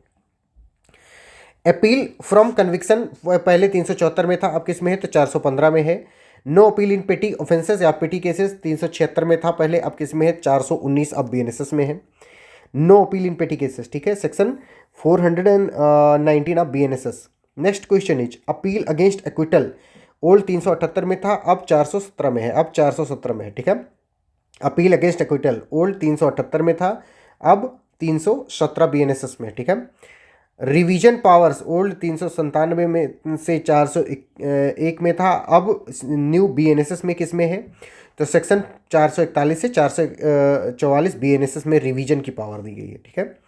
Transfer of cases पहले किस में बताया गया जाता था, रेंज क्या था उसको 406 से 412 था सीआरपीसी में। बीएनएसएस में किस में है 448 से 451 है, ठीक है। लिमिटेशन फॉर कॉग्निजेंस पहले 468 से 473 में था, अब लिमिटेशन ऑफ कॉग्निजेंस कहाँ पे है तो 523 से 525 बीएनएसएस में है, ठीक है। मेंटेनेंस ओल्ड पहले वो 125 में था, अब किस में है तो 144 से 149 में है। मेंटेनेंस 144 से 149 में है, ठीक है।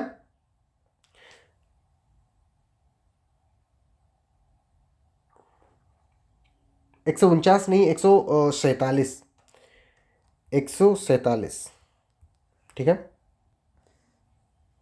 Next question is disposal of property पहले 451 से 459 में था, अब किस में है तो 497 से 503 बीएनएसएस में है। विक्टिम कंपेंसेशन स्कीम पहले 300 मोस्ट इंपॉर्टेंट ये भी है 357 कैपिटल ए में था, अब किस में है सेक्शन 396 बीएनएसएस में है, ठीक है। नेक्स्ट है medical examination of accused old 53 में था, अब भी 53 में बीएनएसएस में ही है, अब भी 53 बीएनएसएस में ही भी है, ठीक है। मतलब ये इसका सेक्शन चेंज नहीं हुआ है, ठीक है। Examination of arrested person by medical officer वो भी किस में है सेक्शन 53 बीएनएसएस में है, और ओल्ड में भी 53 में ही था। Medical examination of rape victim 184 में अब है। Medical examination of rape victim 184 BNSS में, ठीक है। समरी ट्रायल पहले 260 से 265 में था, अब किस में है 283 से 285 में है summary trial.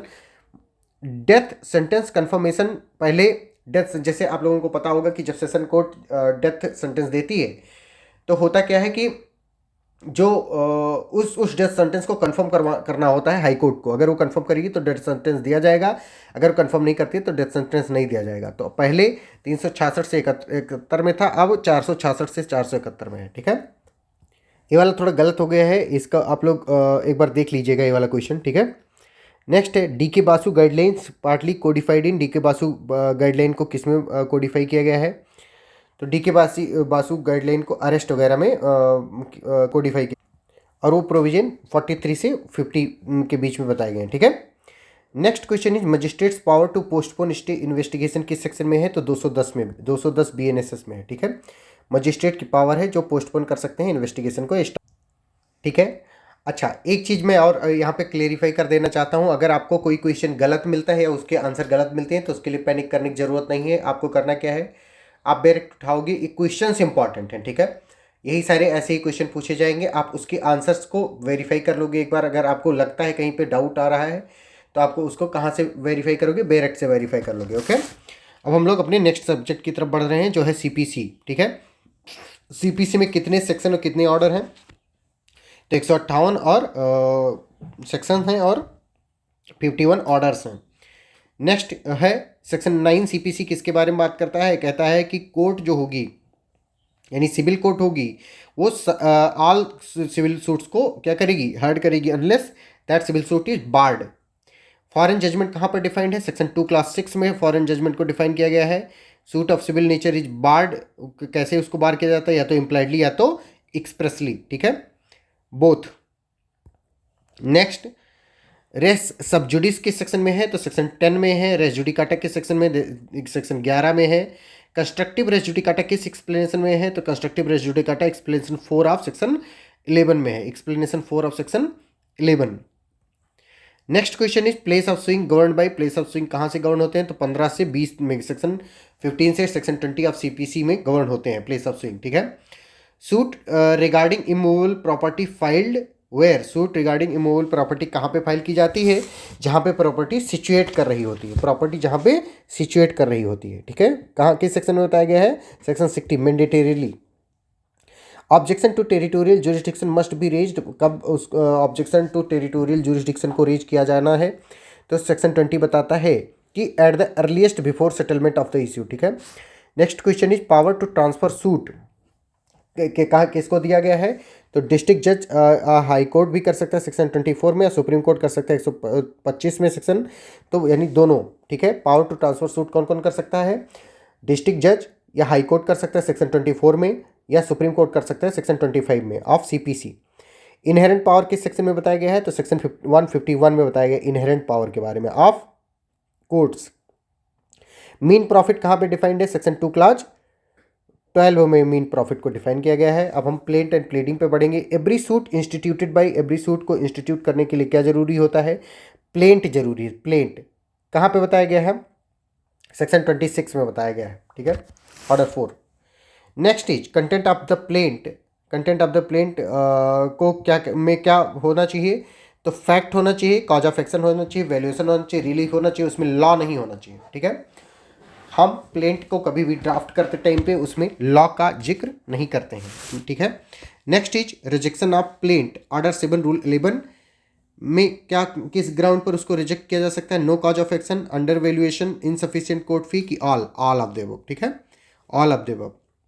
Next is defendant appears but plaintiff absent, suit dismiss हो जाएगा किस रूल और किस उसमें होगा ऑर्डर में? तो ऑर्डर 9 रूल 8 में होगा। डिफेंडेंट अगर अपीयर करता है लेकिन प्लेंटिफ एब्सेंट रहता है तो सूट डिसमिस कर दिया जाएगा ऑर्डर 9 रूल 8 में, ठीक है। X party degree can be set aside under, x party degree किस सेक्शन मतलब किस ऑर्डर में उसको असाइड की जाती है? तो ऑर्डर 9 रूल 13 में और सेक्शन 151 में, दोनों में, 151 में यानी 151 में इनहेरेंट पावर दिया है कोर्ट का, तो उसमें तो असाइड कर ही सकता है। फर्स्ट अपील किस सेक्शन में होता है? तो सेक्शन 96 ऑफ सीपीसी में होता है। सेकंड अपील किस में होता है? सेक्शन 100 ऑफ सीपीसी में होता है। सेकंड अपील सिर्फ सब्सटेंशियल क्वेश्चन ऑफ लॉ जिसमें इन्वॉल्व होता है उसी में हो सकता है और हाई कोर्ट में होता है।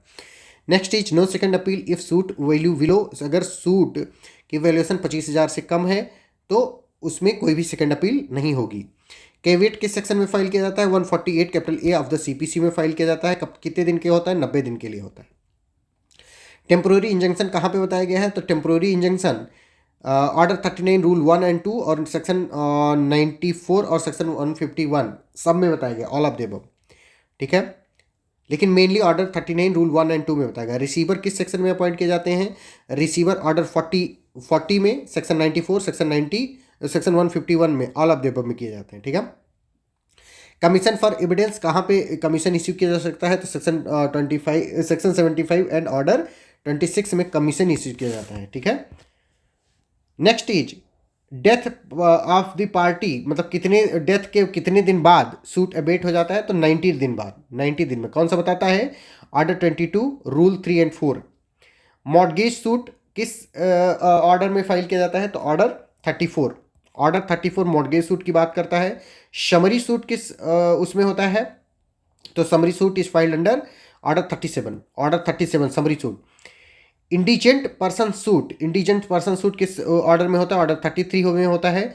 इंटरप्लीडर सूट किस सेक्शन में होता है और ऑर्डर में? Section 35, section 88 order 35 interpleader suit. Public nuisance without special damage किस सेक्शन में होता है? तो सेक्शन 91 में होता है, public nuisance without special damage. Public charity suit, public charity suit किस सेक्शन में है? तो सेक्शन 92 में public charity suit. First hearing में क्या क्या चीज़ें सेटल कर ली जाती हैं? तो सेटलमेंट ऑफ इश्यू होता है। कौन सा ऑर्डर बताता है? ऑर्डर 10, ऑर्डर 14, ऑर्डर 15, ठीक है। इश्यू फ्रेम्ड किया जाता है कि किस ऑर्डर के अंतर्गत? तो ऑर्डर 14 रूल 1 में इश्यू फ्रेम किया जाता है। एफिडेविट एज एन एविडेंस किस ऑर्डर में बताया गया? तो ऑर्डर 19 में बताया गया है affidavit as an evidence. Execution governed by, execution किसके द्वारा गवर्न होता है? तो section 36 to 74 and order 21 of CPC. Next question is arrest detention in execution किस सेक्शन से गवर्न होता है? तो arrest detention in execution under CPC is govern by section 51 and order 21 rule 37 and 40। Next is notice before sale of immovable property कहाँ पे है? तो कोई नोटिस नहीं देनी होती है, नो नोटिस इज रिक्वायर्ड। भैया तुम्हारी प्रॉपर्टी है, तुम सेल करोगे, ठीक है, उसमें कोई भी नोटिस वोटिस देने की जरूरत नहीं है। कौन सा बताता है? ऑर्डर 21 रूल 66 का सब रूल 2, ठीक है। वो कब बताता है कि मतलब तुमको किस केस में बताना है? अगर तुम्हारा वो प्रोक्लेमेशन में ऐसा कोई टर्म्स दिया गया है तब तुमको देना होगा, नहीं तो कोई ज़रूरत नहीं है। रेस्टिट्यूशन किस सेक्शन में है? तो 144 ऑफ द सीपीसी में है। रिव्यू किस सेक्शन ऑफ द सीपीसी में डील किया गया है? तो रिव्यू को डील किया गया है section 114 of CPC and order 47 rule 1, order 47 rule 1 में, ठीक है। अगर स्पीड ज़्यादा हो रही है आप लोग प्लेबैक स्पीड कम कर लो। Appeal from original decree, appeal from original decree कहाँ पे होती है? सेक्शन 96 में होती है। Letter patent appeal saved by, letter patent appeal किसके द्वारा होती है? नन ऑफ देम के द्वारा होती है।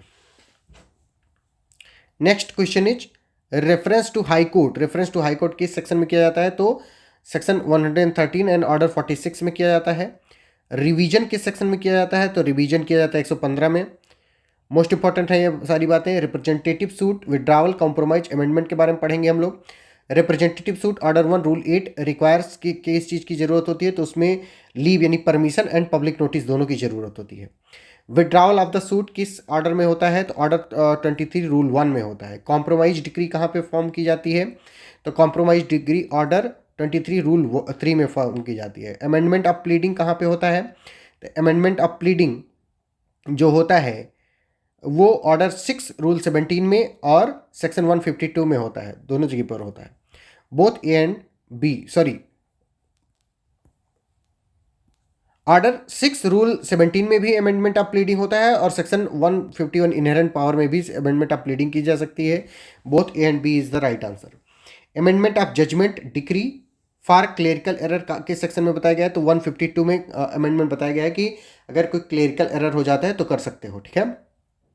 एक लैंडमार्क केस है जो रिवीजन पर बेस्ड है, सेक्शन 115। क्वेश्चन है रिवीजन डज नॉट अलाउ और री अप्रिशिएशन ऑफ एविडेंस किस केस में ये बात बताएगी?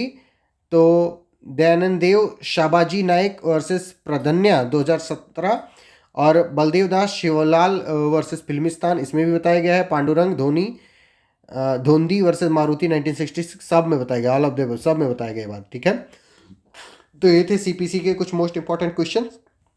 अब हम लोग अगला सब्जेक्ट देखने जा रहे हैं जिसमें हम इंडियन एविडेंस एक्ट को देख और भारतीय साक्ष्य अधिनियम को के बारे में पढ़ेंगे, ठीक है।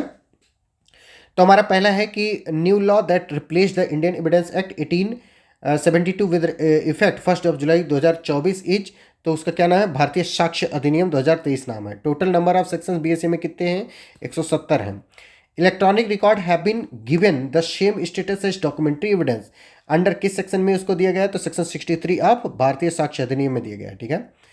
Primary evidence is now defined under, primary evidence को कहाँ पर डिफाइन किया गया? सेक्शन 57 ऑफ बीएसए में डिफाइन किया गया है, ठीक है।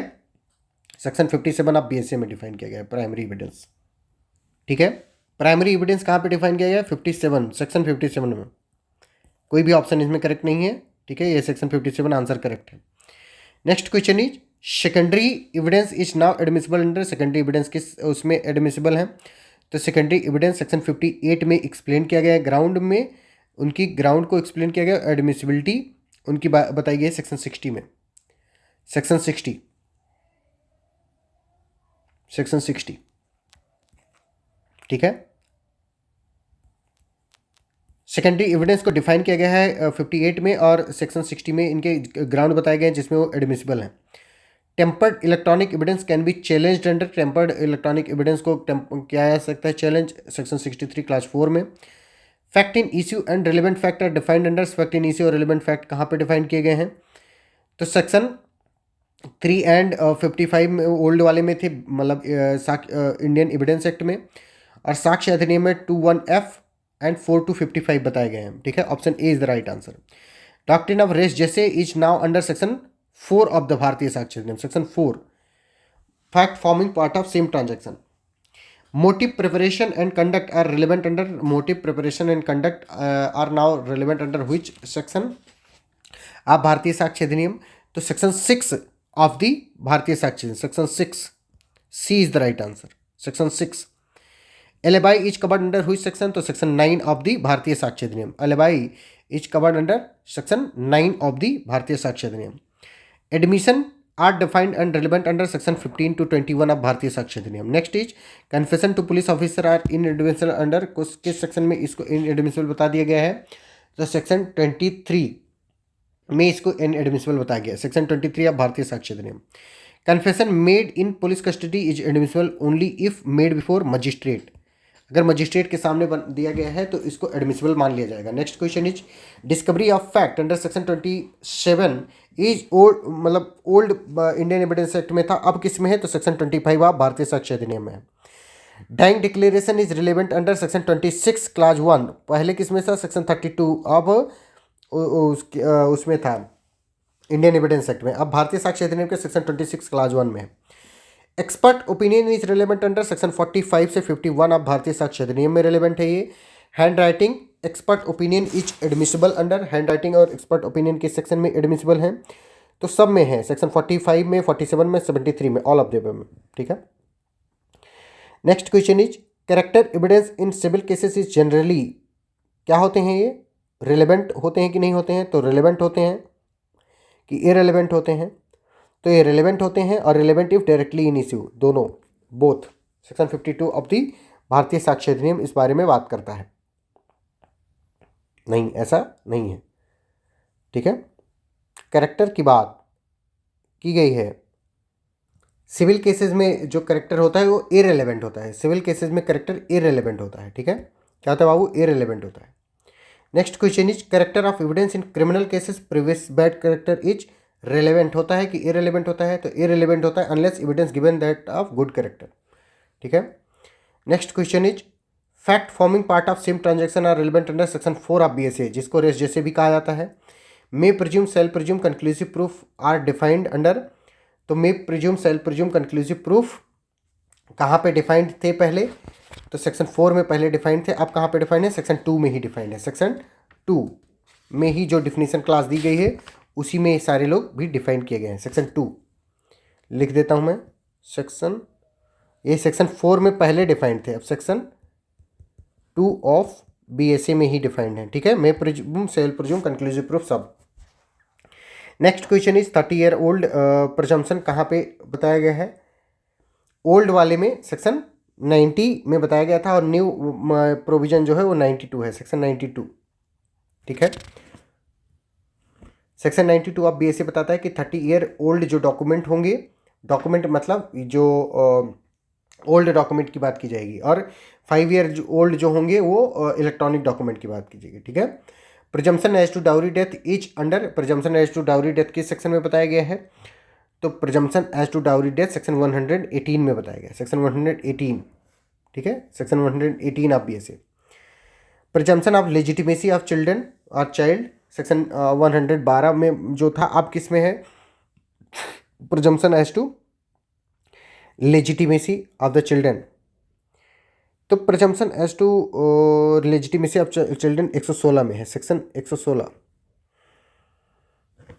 सेक्शन 116 ऑफ BSA, ठीक है, सेक्शन 116 ऑफ BSA में है, ठीक है। Burden of proof lies on the person who assets the affirmative, assert करता है, जो असर्ट करता है उसके ऊपर होता है, ठीक है। जो व्यक्ति असर्ट करता है उसके ऊपर होता है burden of proof. Estoppel is contained in, estoppel कहाँ से कहाँ तक कंटेंड है? तो 121 से लगा करके और 123 तक कंटेंट है। Section estoppel is contained under section 121 से 123 ऑफ BSA, ठीक है। अलग से चाहे लिख लो, चाहे तो अपने बैरेट में मार्क कर लो, इंपॉर्टेंट है। Witnesses must be examine in presence of accused accept in cases under, किस केस को छोड़ करके कहाँ पे बताया गया है? तो section 33 of the Bharatiya Sakshya अधिनियम कहता है। Next question is number of witnesses required is, number of कितने विटनेस रिक्वायर्ड होते हैं, कोई पर्टिकुलर नंबर नहीं होता, कोई पर्टिकुलर नंबर नहीं होता है। कहाँ पे बताया गया है? सेक्शन 139 ऑफ BSA में बताया गया है, ठीक है, 139 ऑफ BSA में बताया गया। Hostile witness can be cross examined under, किस सेक्शन में हॉस्टाइल विटनेस को क्रॉस एग्जामिन किया जाता है? तो ये वाले का आप लोग क्वेश्चन वो करोगे, ये मुझे मतलब करेक्ट नहीं लग रहा है, ठीक है। Leading question in examination chief are allowed कि नॉट अलाउड? तो not allowed. Leading question mostly are generally किस में पूछे जाते हैं? तो इसमें पूछे जाते हैं, क्या नाम इसका, क्रॉस एग्जामिनेशन में, क्रॉस एग्जामिनेशन में पूछे जाते हैं, ठीक है। लीडिंग क्वेश्चन कहाँ पे पूछे जाते हैं? क्रॉस एग्जामिनेशन में। Next question is refreshing memory is allowed under, refreshing memory किस सेक्शन में अलाउड है, ये हमको बताना है, ठीक है। तो सेक्शन 162 में अलाउड है, सेक्शन 162 ऑफ BSA में अलाउड, ठीक है, refreshing memory. Next question is privilege against self incrimination is under, privilege against self incrimination किस सेक्शन में प्रोवाइड किया गया है? तो ये इसके बारे में बात की गई है सेक्शन 137 में कि विटनेस को कोई भी प्रिविलेज नहीं दिया जाएगा। और इसके बारे में जो क्या कहते हैं अपना सेक्शन आर्टिकल 20 क्लास 3 बात करता है सेल्फ इनक्रिमिनेशन, लेकिन वो अक्यूज्ड के कंटेक्स्ट में बात करता है और ये विटनेस के कंटेक्स्ट में बात करता है। विटनेस को कोई भी ये इस ग्राउंड पर उसको ये छूट नहीं दी जाएगी कि कोई क्वेश्चन ना आंसर करे, ठीक है, उसको सारे क्वेश्चन आंसर करने पड़ेंगे। Next question is privilege communication that is marital, advocate, client, state affairs are under, किस सेक्शन में ये सारी प्रिविलेज्ड कम्युनिकेशन की बातें बताई गई हैं?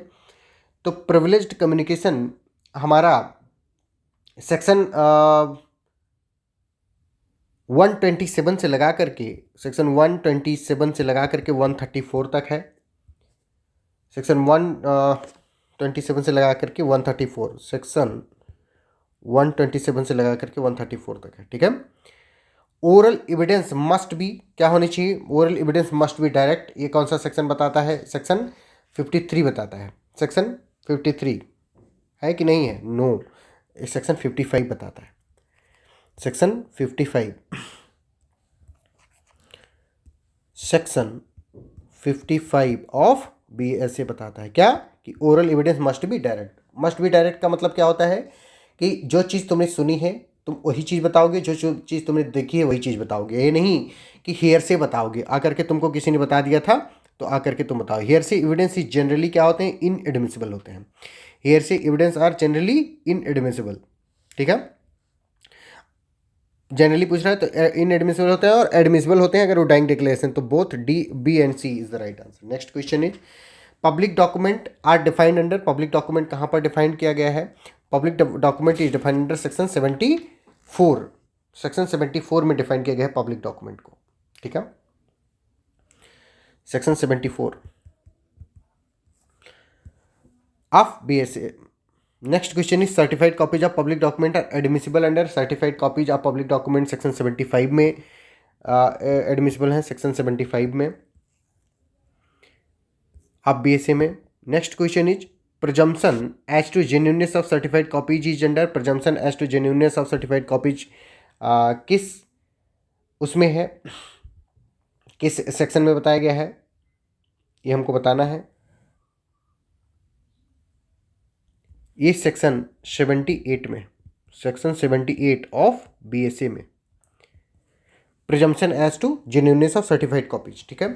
Evidence of accomplice is relevant under, evidence of accomplice किस उसमें रिलेवेंट है, एक क्वेश्चन हमको बताना है। अकम्प्लिस का एविडेंस किस उसमें रिलेवेंट है?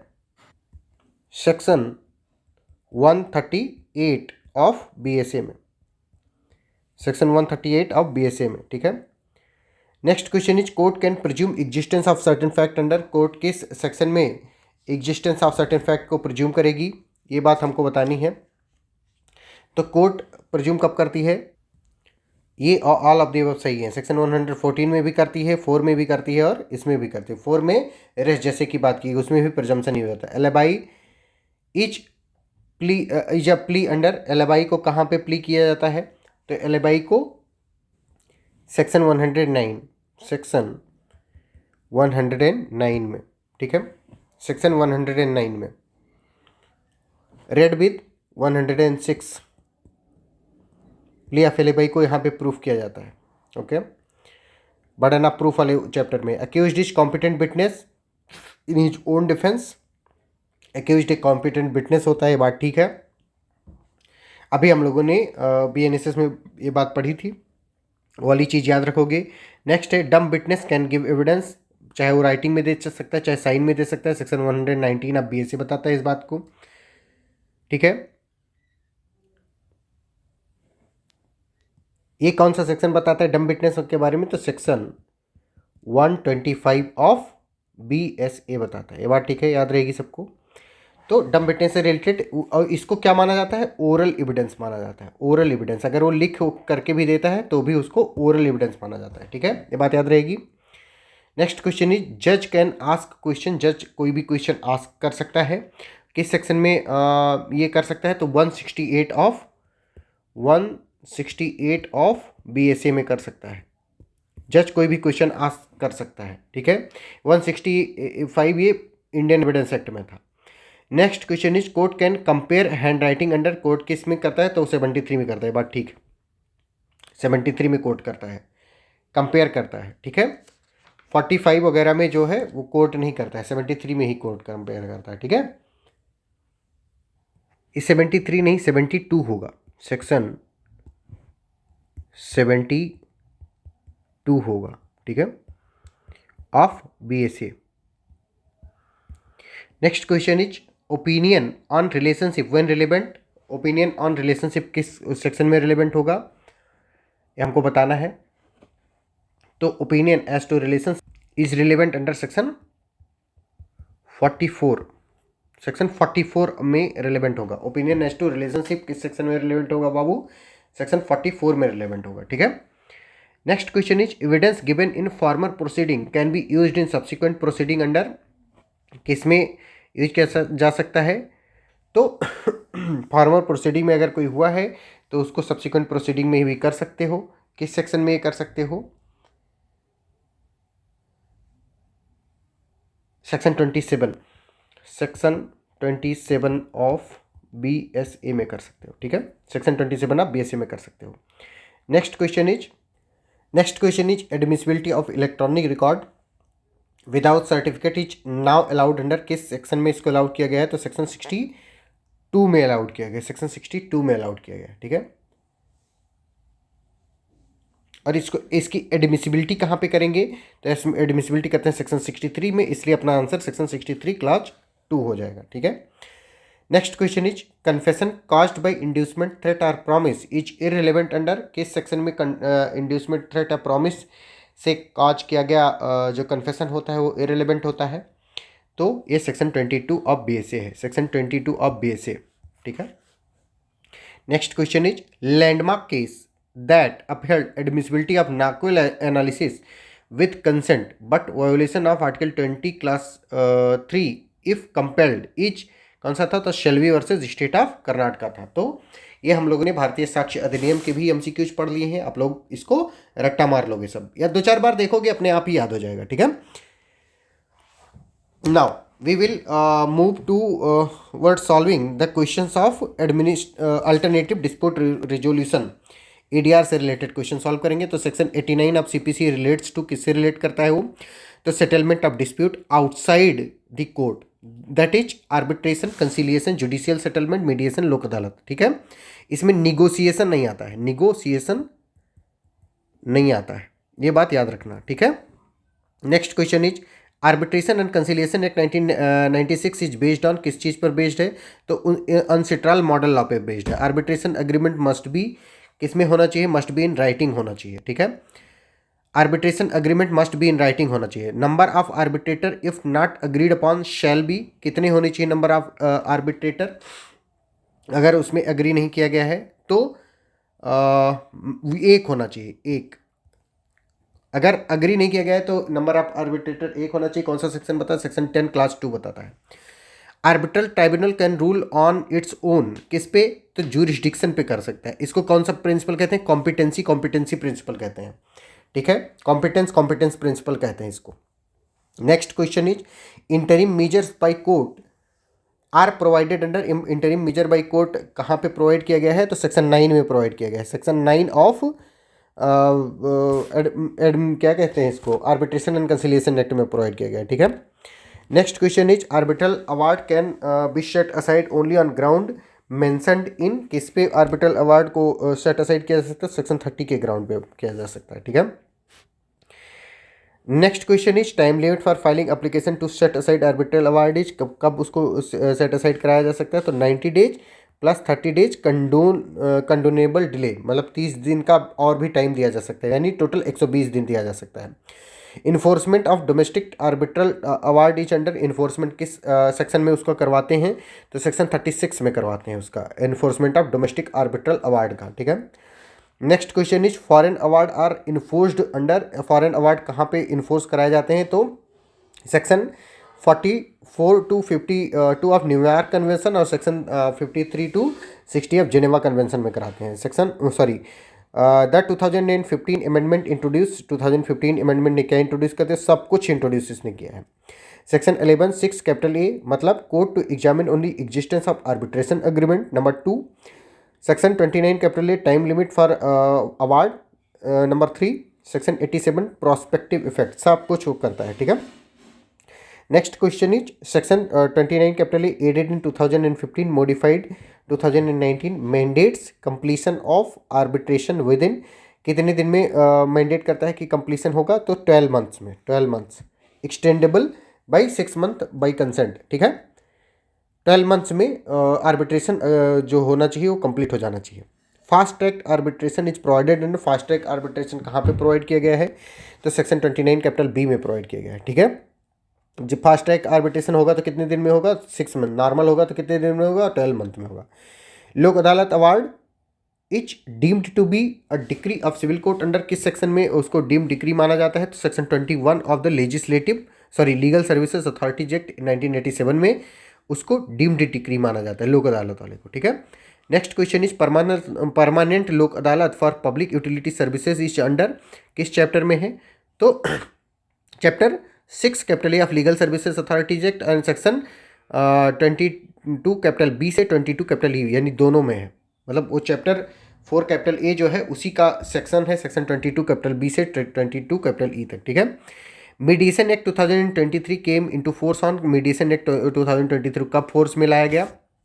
तो 15 ऑफ सितंबर 2023 को लाया गया, 15 ऑफ सितंबर 2023 को लाया गया, ठीक है। Next question is mediated settlement agreement under mediation act 2023 is, mediated settlement agreement under mediation act 2023 मतलब कब आया? तो फाइनल और बाइंडिंग होता है, लाइक डिक्री एंड अवार्ड होता है। मतलब मीडिएटेड सेटलमेंट जो होता है वो मीडिएशन एक्ट में वो बाइंडिंग होता है, फाइनल बाइंडिंग होता है, ठीक है। Next question is section 12 capital A of the commercial courts act 2015 mandates, किस चीज़ को मैंडेट करता है? Section 12 capital A of the commercial courts act 2015, तो वो pre institution mediation in commercial suits except urgent relief, ठीक है। Pre institution mediation in commercial suit को कहता है commercial courts act 2015। The landmark case upholding constitutionality of section 12 capital A of the pre institution mediation is, उस case का क्या नाम है? तो Patil automation versus Rakheja engineer 2022 का केस, ठीक है। मोस्ट इंपॉर्टेंट केस है ये। International commercial arbitration seat in India is govern by, किसके द्वारा गवर्न होती है? तो पार्ट 1 ऑफ आर्बिट्रेशन एक्ट से गवर्न होती है। पार्ट 1 ऑफ आर्बिट्रेशन एक्ट से क्या गवर्न होता है? International commercial arbitration seat in India govern होती है, ठीक है। तो ये था अपना एडीआर का। एडीआर में सिर्फ 4 क्वेश्चन पूछे जाने हैं, 20 क्वेश्चन मैंने बता दिया, इसी 20 में से एक मतलब 4 क्वेश्चन आ जाएगा। नेक्स्ट है फैमिली लॉ। सबसे पहला है सोर्सेस ऑफ हिंदू लॉ क्या होते हैं? तो सोर्सेस ऑफ हिंदू लॉ है श्रुति, स्मृति, कस्टम, जुडिशियल प्रेसिडेंट, लेजिस्लेशन, ये सब होते हैं। वेद, पुराण, ये सब श्रुति और स्मृति में आ जाते हैं, ठीक है। Next question is Hindu marriage act 1955 applies to, Hindu marriage act 1955 किस पे अप्लाई होता है? तो any person who is Hindu, Buddhist, Jain, Sikh by religion, ठीक है। किसी पर भी अप्लाई होता है। Next question is void marriages under Hindu marriage act are listed in, void marriages को कहाँ पे लिस्ट किया गया है? तो सेक्शन 11 में लिस्ट किया गया। सेक्शन 11 में बताया गया है कि बाइगेमी है, अगर प्रोहिबिटेड डिग्री ऑफ रिलेशनशिप है, सपिंडा है, तो वाइड मैरिज है। ठीक है, voidable marriages are under, voidable marriages को कहाँ पे बताया गया है? तो सेक्शन 12 बताता है वाइडेबल मैरिजेस के बारे में। वाइडेबल मैरिजेस के क्या क्या ग्राउंड है? इम्पोर्टेंसी है, फोर्स है, फ्रॉड है, प्रेगनेंसी बाय अनदर पर्सन है, अनसाउंड माइंड है। ठीक है, restitution of conjugal right is under किस सेक्शन में है? Section 9 of Hindu marriage act में है। रेस्टिट्यूशन ऑफ कंजुगल राइट किस सेक्शन में है? Section 9 of Hindu marriage act. Next question is permanent alimony is under, permanent alimony किस सेक्शन में प्रोवाइड किया गया है? Section 25। Most important question, permanent alimony और एलिमनी पेंडेंटेलाइट दोनों मोस्ट इंपॉर्टेंट है, section 24-25। Next question is custody of children is govern by, custody of children किस section से गवर्न होती है? Section 26 of Hindu marriage act. Guardian and wards act 1890 से भी govern होती है। ठीक है, and welfare of the child is the paramount importance. Most important बात है कि welfare of the child is of paramount importance. ठीक है, next question is Hindu women's right to residence is under, Hindu women's right to residence किस section में है? तो section 17 of domestic violence act 2005 में है। Next question is coparcenary property under Hindu succession act 2005 amendment includes, उसमें कौन से अमेंडमेंट में क्या इंक्लूड होते हैं? तो सेक्शन 6 मतलब daughter as coparceners by birth, section 6 as amended 2005 से डाटर को कोपार्सनर्स मान लिया गया। ठीक है, next question is section 15 and 16 of Hindu succession act governs succession in case of, किसके बारे में? तो हिंदू फीमेल डाइंग इंटेस्टेट के को गवर्न करता है।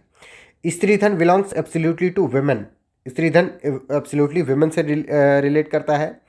Muslim wife can seek divorce under dissolution of Muslim marriage act 1939 on the ground of, किस ground पे मुस्लिम मैरिज मतलब मुस्लिम वुमेन डाइवोर्स सीक कर सकती है बाबू? ये बात हमको बतानी है। तो मुस्लिम वुमेन भी क्रुएल्टी, डेजर्सन या फेलियर टू मेंटेन या imprisonment of more than 7 year, ये इन सारी ग्राउंड पे कर सकती है under dissolution of Muslim marriage act 1939। ठीक है, next question is triple talaq, talaq की बिद्दत हैज़ बीन क्रिमिनलाइज्ड बाई, किस उससे क्रिमिनलाइज किया गया इसको? तो Muslim women protection of right on marriage act 2019, most important बात ये वाली भी।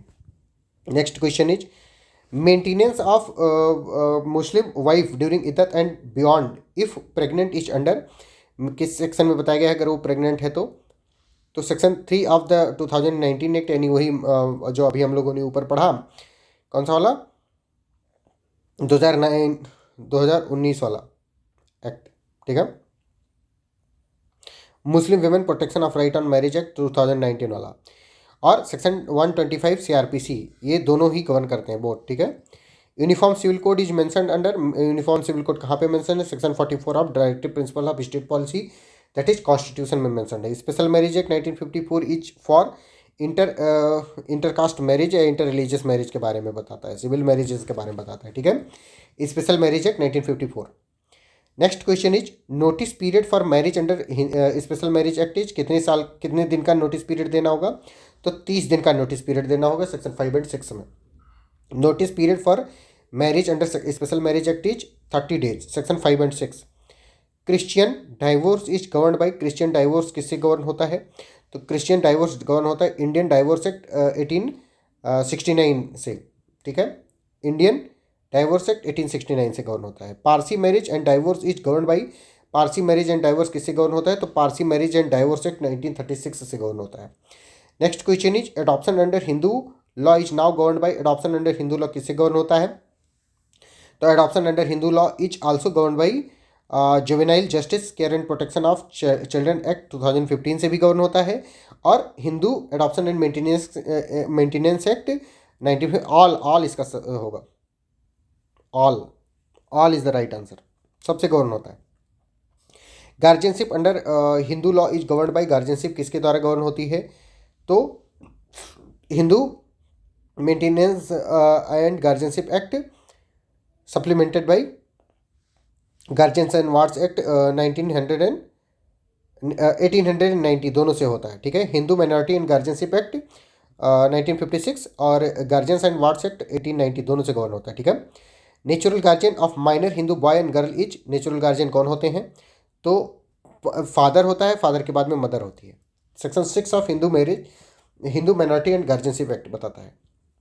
Domestic violence act 2005 define domestic violence under section किस में डिफाइन करता है? सेक्शन 3 में डोमेस्टिक वायलेंस को डिफाइन किया गया है। Protection officer is appointed under, protection officer को किस सेक्शन में अपॉइंट किया जाता है? Section 8 of domestic violence act में प्रोटेक्शन ऑफिसर को अपॉइंट किया जाता है। Next question is landmark case declaring triple तलाक अनकॉन्स्टिट्यूशनल इज, कौन सा लैंडमार्क केस था जो ट्रिपल तलाक को अनकॉन्स्टिट्यूशनल बताता है? Shayara Bano versus union of India case. Shayara Bano versus union of India case हमको क्या बताता है कि ट्रिपल तलाक क्या है? अनकॉन्स्टिट्यूशनल है। अब हम लोग पढ़ेंगे लास्ट के जितने भी सब्जेक्ट हैं एज पर सिलेबस, जिसमें हम सबसे पहले पढ़ेंगे पब्लिक इंटरेस्ट लिटिगेशन से question. The concept of public interest litigation in India originated from, कहाँ कब से ओरिजिनेट हुआ है? तो ये क्या कहते हैं, SP Gupta versus union of India first जजेस केस। खैर ये सब में पब्लिक इंटरेस्ट लिटिगेशन ही हुआ है, सब में, बंधुआ मुक्ति मोर्चा में भी, विशाखा में भी, सब में पब्लिक इंटरेस्ट लिटिगेशन हुआ है। नेक्स्ट क्वेश्चन इज इपिस्टोलरी जुरिस्डिक्शन क्या होती है? इपिस्टोलरी जुरिस्डिक्शन का मतलब होता है कि कोई भी तुम पत्र लिख दो, अगर कोई कोर्ट को या जज को कुछ भी पर्सनली भी लिख दोगे तो उसको ही मतलब वो पिटीशन मान लिया जाएगा, इसको इपिस्टोलरी जुरिस्डिक्शन कहते हैं। तो court can treat letter post card as writ petition, तो किस उसमें जैसे हुसैन आरा खातून, सुनील बत्रा, इन सबके केसेस में किया गया था। PIL can be filed under article 32 and 226 of the constitution of India. Next question is Supreme Court lay down guidelines for enacting letter petition in, किस उसमें सुप्रीम कोर्ट ने ले डाउन किया लेटर पिटीशन यानी इपिस्टोलरी jurisdiction के बारे में बात की? तो Bandhua Mukti Morcha versus union of India 1984 में। Compensation for violation of fundamental right through PIL was first awarded in, कौन से केस में compensation for violation of fundamental right award किया गया? तो Rudal Shah versus state of Bihar 1983 में किया गया, Rudal Shah versus state of Bihar. Next question is Supreme Court introduced continuing mandamus in, किस केस में कॉन्टिन्यूइंग मैंडेमस उसने इश्यू किया, इंट्रोड्यूस किया?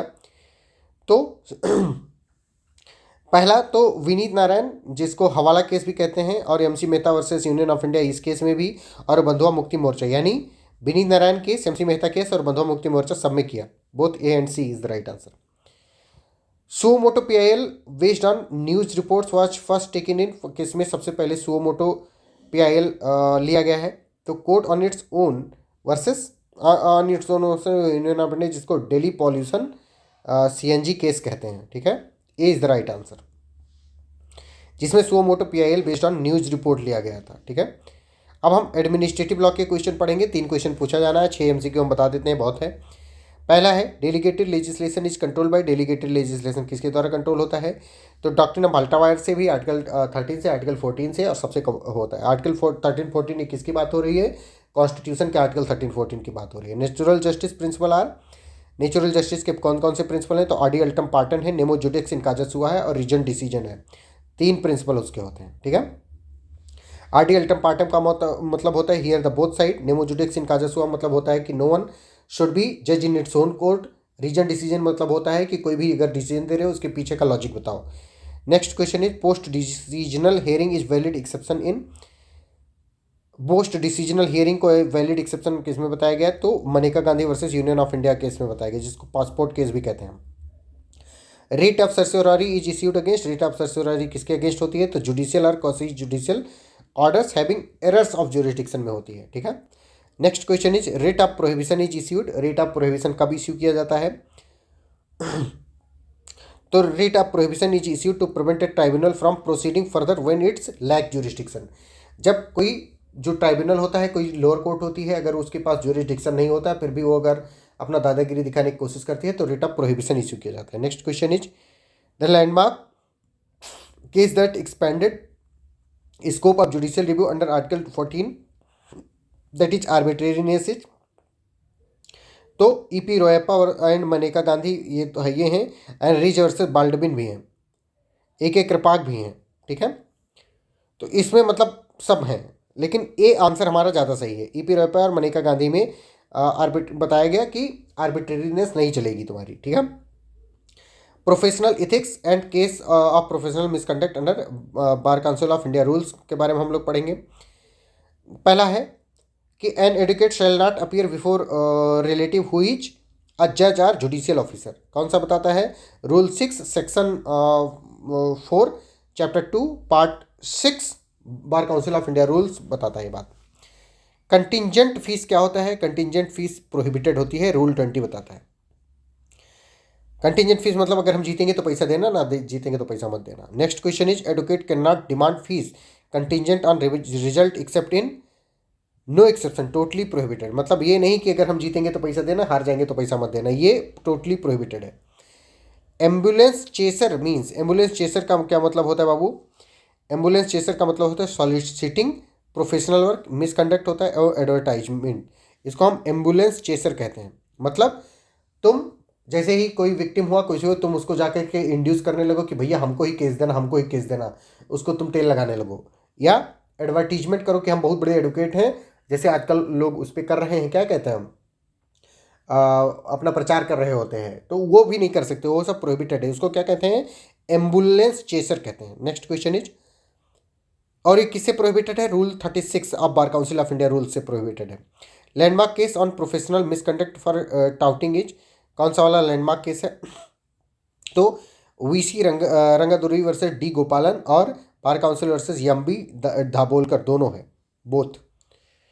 N advocate can not advertise except, वो किस कहाँ पे एडवर्टाइज नहीं कर सकता है? Except website with limited information, अपनी लिमिटेड इन्फॉर्मेशन दे सकता है वेबसाइट लॉन्च करके, ठीक है, लेकिन वो खूब एडवर्टाइज नहीं कर सकता कि हम इतने केस जीते, हम ये हैं, हमारा ये नाम है, हमारा वो, ऐसा वो नहीं कर सकता। Next question is, advocate must uphold, advocate को क्या अपहोल्ड करना चाहिए? Act in dignity of profession. Rule 1 कहता है कि अपने एक्ट में, अपने कंडक्ट में हम उसको डिग्निटी मेंटेन करनी चाहिए। Next question is, punishment for professional misconduct is under, punishment for professional misconduct कहाँ पे बताया गया है? तो सेक्शन 35 से section 36 bar council of India act में बताया गया है। Next question is, an advocate convicted of offence involve moral turpitude is, क्या होता है? ऑटोमेटिकली सस्पेंडेड हो जाता है। Section 24 capital A of the advocates act. पिपलेज रूल क्या होता है? 1 year not practicing before advocate under whom trained was, इसको पिपलेज रूल कहते हैं, ठीक है। मतलब अगर तुम्हारा कोई सीनियर अगर जज बन जाता है तो तुम उसके सामने वो नहीं करो, प्लीड नहीं करोगे, उसको पिपलेज रूल कहते हैं। किस उसमें हेल्ड किया गया? Held unconstitutional is V Sudhir versus bar council of India 1999, पिपलेज rule. Senior advocate designation is under, senior advocate की डिजिग्नेशन किसमें होती है? Section 16 of advocates act and bar council of India rules. Next question is, an advocate can not act as both counsel and witness in same case, held in किस case में held किया गया इसको? कनाडा बी पूर्णा परजना वर्सेस के शेट्टी केस में बताया गया कि advocate can not act as both counsel and witness in same case, ठीक है। नेक्स्ट कोई हमारा पार्ट है कंपनी लॉ से डील करेंगे, 2 क्वेश्चन आना है, 4 एमसीक्यू हम बता देंगे, काम खत्म। पहला है doctrine of ultra vires was established in, किसमें डॉक्ट्रिन ऑफ अल्ट्रावायर्स इसकी इस्टेब्लिश किया गया कंपनी लॉ में? तो Ashbury railway carriage versus Riche case में किया गया, डॉक्ट्रिन ऑफ अल्ट्रावायर्स को इस्टेब्लिश किया गया। Lifting of corporate veil is allowed in, lifting of corporate veil किसमें अलाउ किया गया? तो fraud, tax evasion, public interest, life insurance corporation versus Scott case में बात बताई गई। मतलब अगर कोई कंपनी फ्रॉड करती है, टैक्स इवेजन करती है, पब्लिक इंटरेस्ट को नुकसान पहुंचाती है, तो उसका लिफ्टिंग द कॉर्पोरेट वेल कर दिया जाएगा। कॉर्पोरेट वेल का मतलब पर्दा हटा दिया जाएगा, देखा जाएगा कि उसके पीछे कौन सा इंसान है, क्योंकि जो कंपनी होती है वो और एक पर्सन जो होता है वो दोनों सेपरेट लीगल एंटिटी माने जाते हैं, बात ठीक है।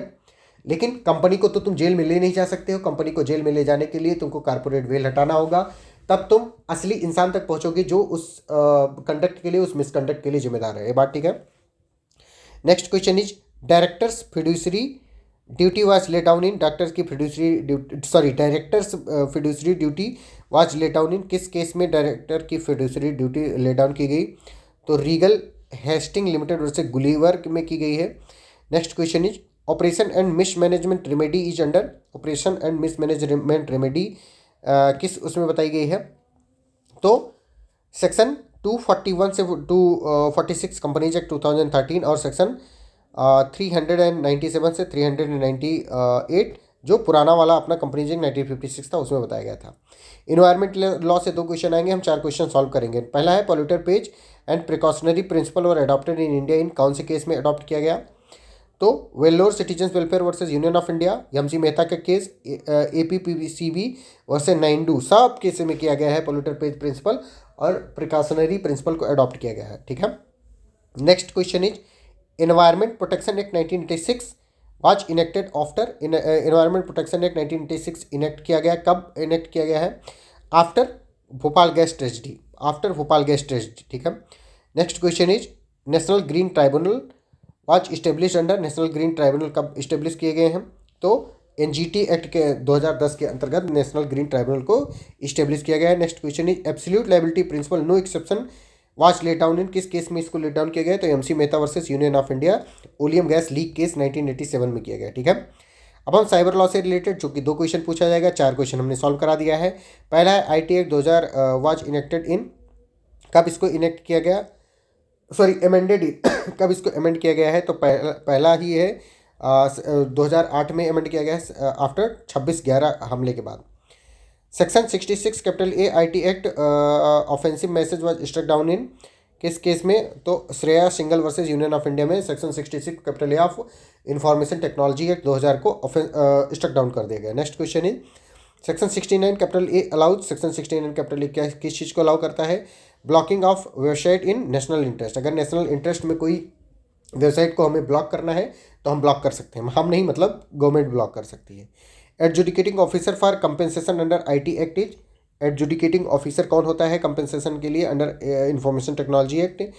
तो सेक्रेटरी लेवल ऑफिसर होता है ऑफ स्टेट आईटी डिपार्टमेंट, ठीक है। अब labour and industrial law 4 question पूछे जाएंगे, 8 एमसीक्यू हम लगाएंगे। पहला है industry definition under industrial dispute act 1947 was widened in, किसमें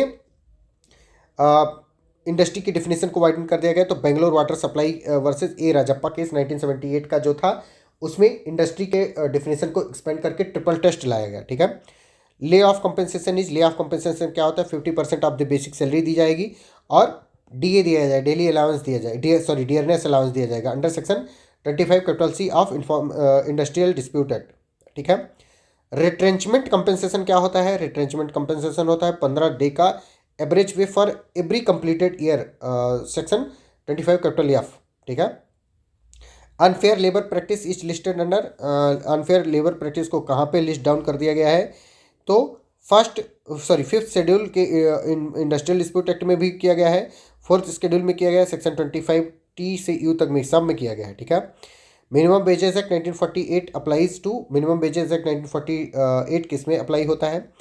तो शेड्यूल्ड एम्प्लॉयमेंट में अप्लाई होता है, शेड्यूल्ड एम्प्लॉयमेंट में। Minimum wages act 1948 applies to scheduled employment में होता है, ठीक है। Equal remuneration act 1976 mandates, equal remuneration act 1976 किस चीज़ को मैंडेट करता है? Same wages for same work irrespective of gender, same wages for same work irrespective of gender को मैंडेट करता है।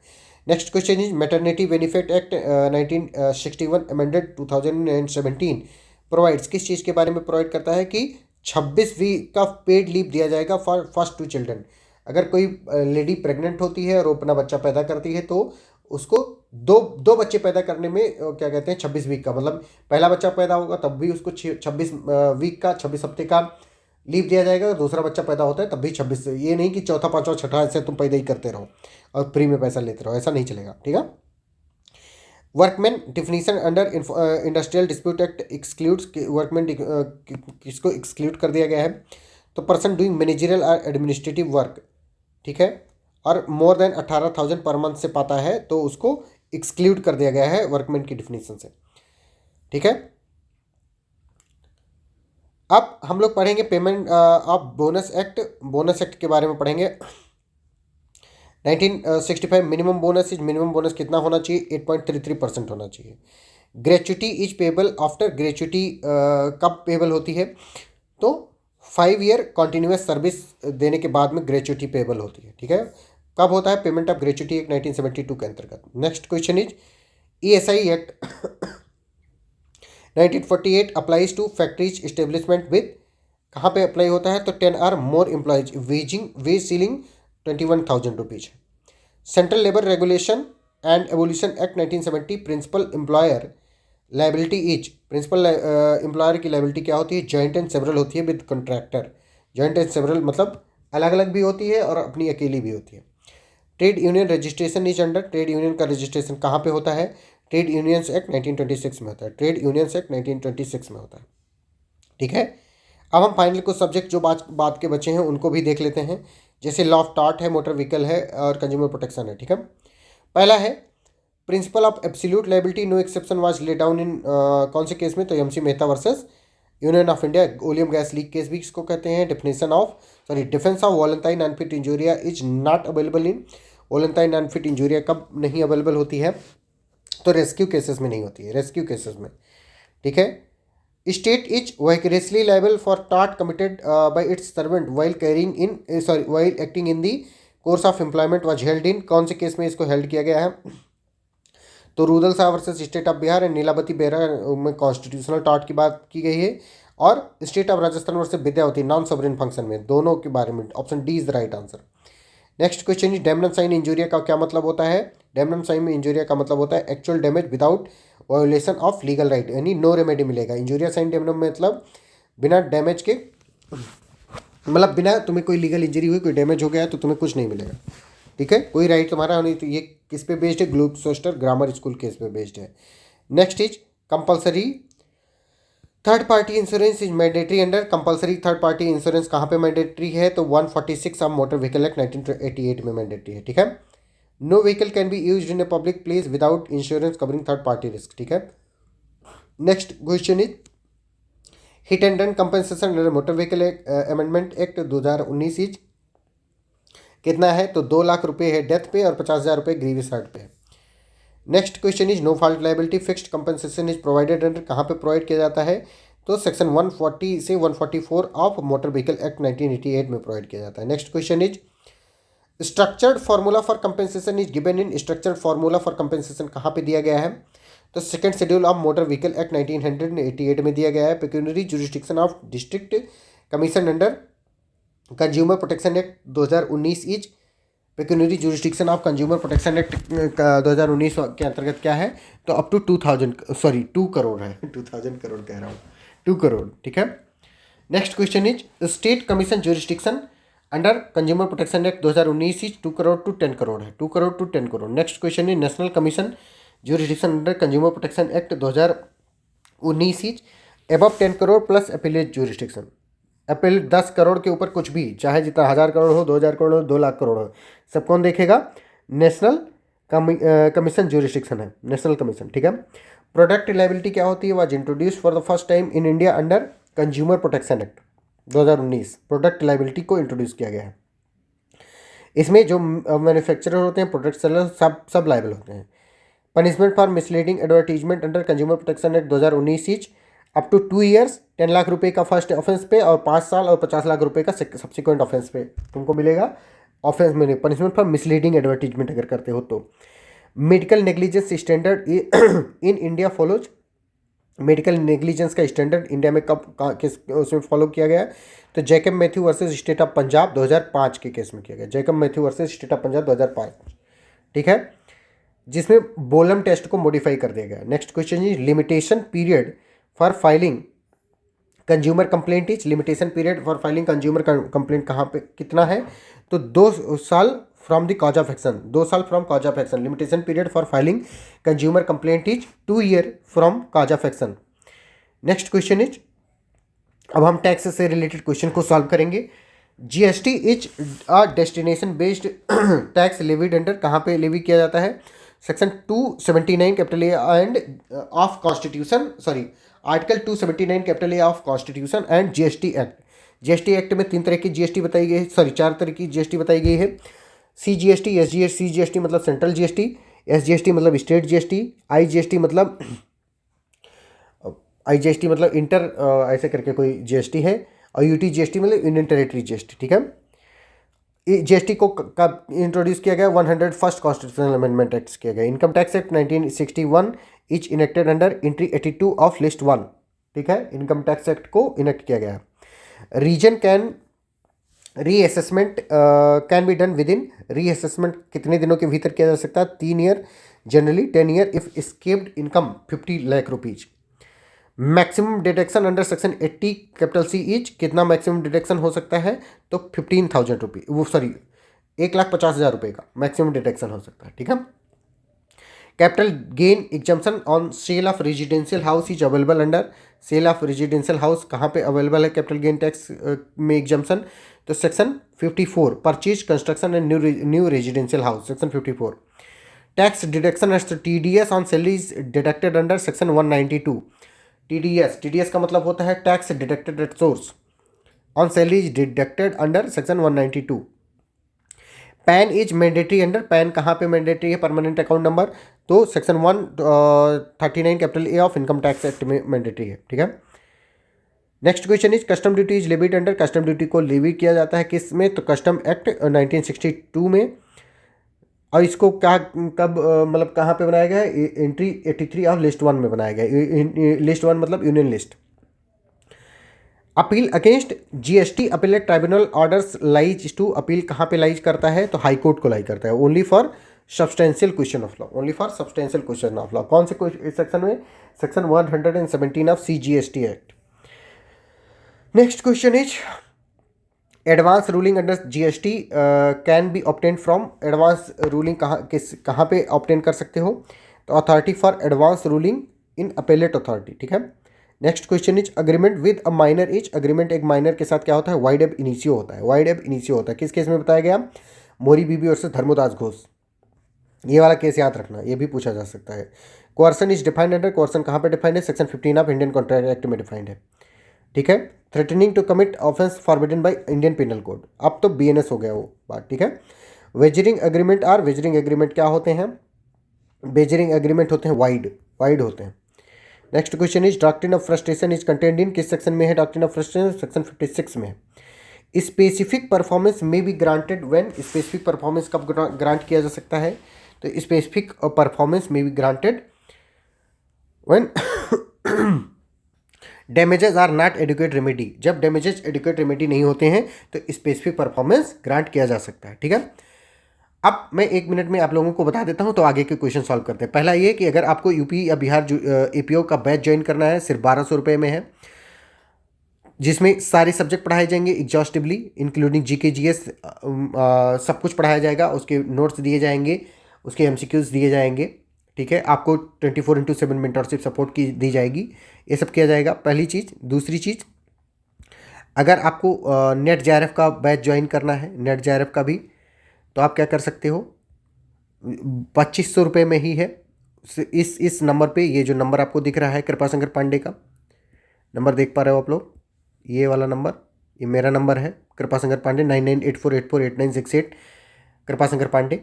इस पे व्हाट्सएप करके आप बैच ज्वाइन कर सकते हो। आपको व्हाट्सएप करोगे, फीस पेमेंट करोगे, आपको बैच में ऐड कर दिया जाएगा और आप उसको एक्सेस कर सकते हो, ठीक है। ये नंबर लिख लो, अगर अभी नहीं ज्वाइन करोगे तो कभी ना कभी तो तुमको ज्वाइन करना ही पड़ेगा। मतलब APO बनना, नौकरी पाने के लिए AIB क्लियर करने से तो नहीं राजा हो जाओगे कुछ, AIB तो क्लियर, ये तो पास करना थोड़ा रजिस्ट्रेशन और वो ऑल इंडिया बार एग्जामिनेशन को क्लियर करने से थोड़ा एडुकेट, थोड़ा अच्छे एडुकेट बन जाओगे, बस। इसे होगा थोड़ी कुछ बहुत बड़ा, बट ठीक है, याद रहेगी। अब हम लोग आगे बढ़ते हैं। अगला क्वेश्चन अपना है permanent injunction can be granted under, permanent injunction कहाँ पे ग्रांट किया जा सकता है, तो परमानेंट इंजंक्शन सेक्शन 38 से 42 ऑफ स्पेसिफिक रिलीफ एक्ट में ग्रांट किया जा सकता है। टेम्पोरेरी इंजंक्शन कहाँ ग्रांट किया जाता है, वो CPC में ग्रांट किया जाता है, आर्टिकल 39 में। Doctrine of lis pendens is embodied in, doctrine of lis pendens कहाँ पे इम्बॉडीड है, 52 ऑफ ट्रांसफर ऑफ प्रॉपर्टी। इसका एक केस है Bellamy versus Sabine, most important case है। Part performance doctrine is under, part performance doctrine किस उसमें है, तो 53 कैपिटल A of transfer of property act में है। Holder in due course under NI act, any negotiable instrument act gets. Holder in due course कब होता है, जब बेटर टाइटल देन ट्रांसफर होती है होल्डन इन ड्यू कोर्स के पास।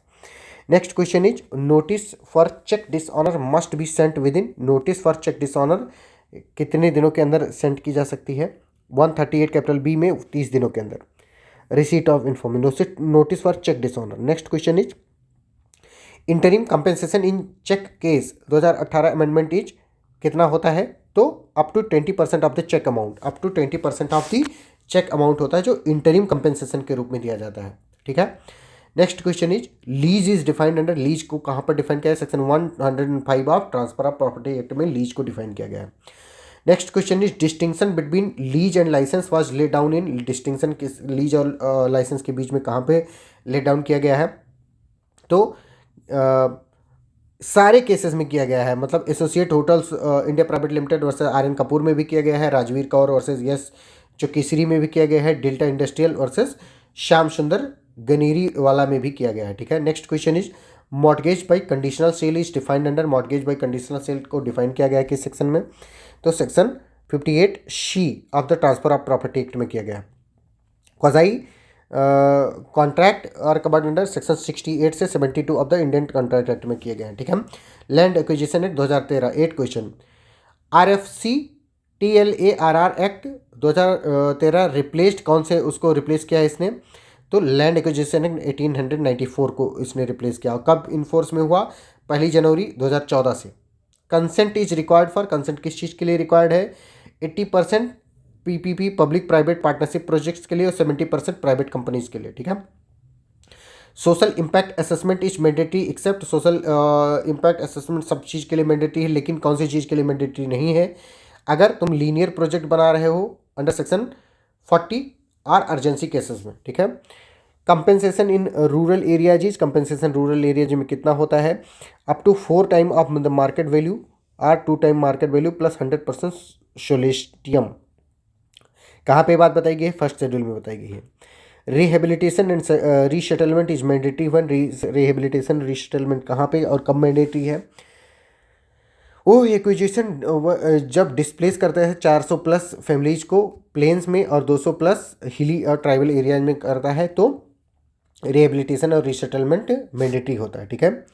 Now urgency clause section 40 can be invoked only for, urgency clause को कब invoke किया जा सकता है? जब डिफेंस, नेशनल सिक्योरिटी और इमरजेंसी हो तब उसको इन्वोक किया जा सकता है। Fourth schedule exempt, fourth schedule किसको एग्जम करता है? तो 16 सेंट्रल एक्ट्स को, railway act, national highway act, इन सबको करता है अनलेस नोटिफाइड, ठीक है। Next question is time limit for making award after declaration is, कितना टाइम लिमिट दिया गया है? तो 12 मंथ्स, सेक्शन 25 आपकी बात करता है। नेक्स्ट है, अब हम लोग पढ़ेंगे इंटेलेक्चुअल प्रॉपर्टी राइट लॉ से क्वेश्चन 12 MCQ सॉल्व करेंगे। Patent term in India is, patent कितने दिन के लिए होता है? तो 20 साल के लिए होता है, फ्रॉम डेट ऑफ फाइलिंग से होता है। कौन सा सेक्शन बताता है? सेक्शन 53 ऑफ पेटेंट एक्ट बताता है बात।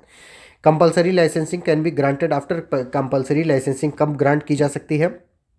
ठीक है, तो 3 साल 3 year from grant if reasonable requirement not met, section 84 कहता है ये बात, कंपलसरी लाइसेंसिंग ग्रांट करने के बाद में, ठीक है। कौन से केस में बताया गया है? बायर वर्सेस नाटको केस में, जिसको नेक्सावर केस भी कहते हैं। Well known trademark get protection, well known trademark protection पाता है किसमें? Across all classes even if not registered in that class, section 21ZG में, ठीक है। कौन सा सेक्शन बताता है? Section 11 class 2, section 11 class 2 trademark act 1999। Copyright term for literary work is, copyright term क्या होता है लिटरेरी वर्क के लिए? Author's life plus 60 year, copyright term for literary work होता है ऑथर्स लाइफ प्लस 60 ईयर्स।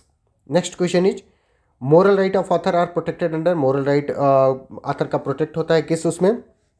तो moral right of author are protected under section 57 of the copyright act, 57 of the copyright act. Next question is fair dealing exception is under, fair dealing exception किस सेक्शन के अंतर्गत आता है? तो section 52 of the copyright act में fair dealing exception आता है। Next question is first owner of copyright is generally, first owner कौन होता है कॉपीराइट का? तो ऑथर होता है, ऑथर होता है। Next question is Darjeeling tea, basmati are example of, किस चीज़ के एग्जाम्पल हैं? तो ये registered geographical indication, GI tag जिसको कहते हैं, जियोग्राफिकल इंडिकेशन एक्ट 1999 में आते हैं, ठीक है। Section 3D patent act prevents, किस चीज़ को ये प्रिवेंट करता है? तो एवरग्रीनिंग को प्रिवेंट करता है। Mere discovery of new form, Novartis societies union of India इसको क्या करता है? ये प्रोहिबिट करता है। TRIPS agreement mandates product patent regime for, TRIPS agreement mandate करता है प्रोडक्ट पेटेंट रिजीम कब, किस चीज़ के लिए? तो फार्मास्यूटिकल एंड एग्रोकेमिकल्स फ्रॉम 1 जनवरी 2005 के बाद से, ठीक है। Term of protection for registered design is, registered design का टर्म ऑफ प्रोटेक्शन कितने साल का होता है?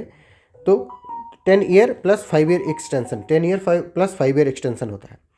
Traditional knowledge is protected under, traditional knowledge को प्रोटेक्ट किया गया है किस सेक्शन में? Traditional knowledge is protected under section 3P and 3G of patent act and biodiversity act 2002। ठीक है, तो ये था, हम लोगों ने अपने पूरे AIB के सारे क्वेश्चन को सॉल्व कर लिया है। अब आप क्या करोगे, आप इस वीडियो को 2-3 बार 4 बार देखोगे और आप मतलब कैपेबल हो जाओगे उसके किसी भी क्वेश्चन को सॉल्व करने के लिए। ठीक है, और अगर आपको APO बैच ज्वाइन करना है या नेट JRF बैच ज्वाइन करना है तो आप इस नंबर पर संपर्क कर सकते हो, व्हाट्सएप करके या कॉल करके, जैसा भी मन करे आपका। 9984848968 आपके जुबान पर रटा होना चाहिए, क्योंकि आपको लॉ जब तक पढ़ते रहोगे तब तक आपको ज़रूरत पड़ती रहेगी।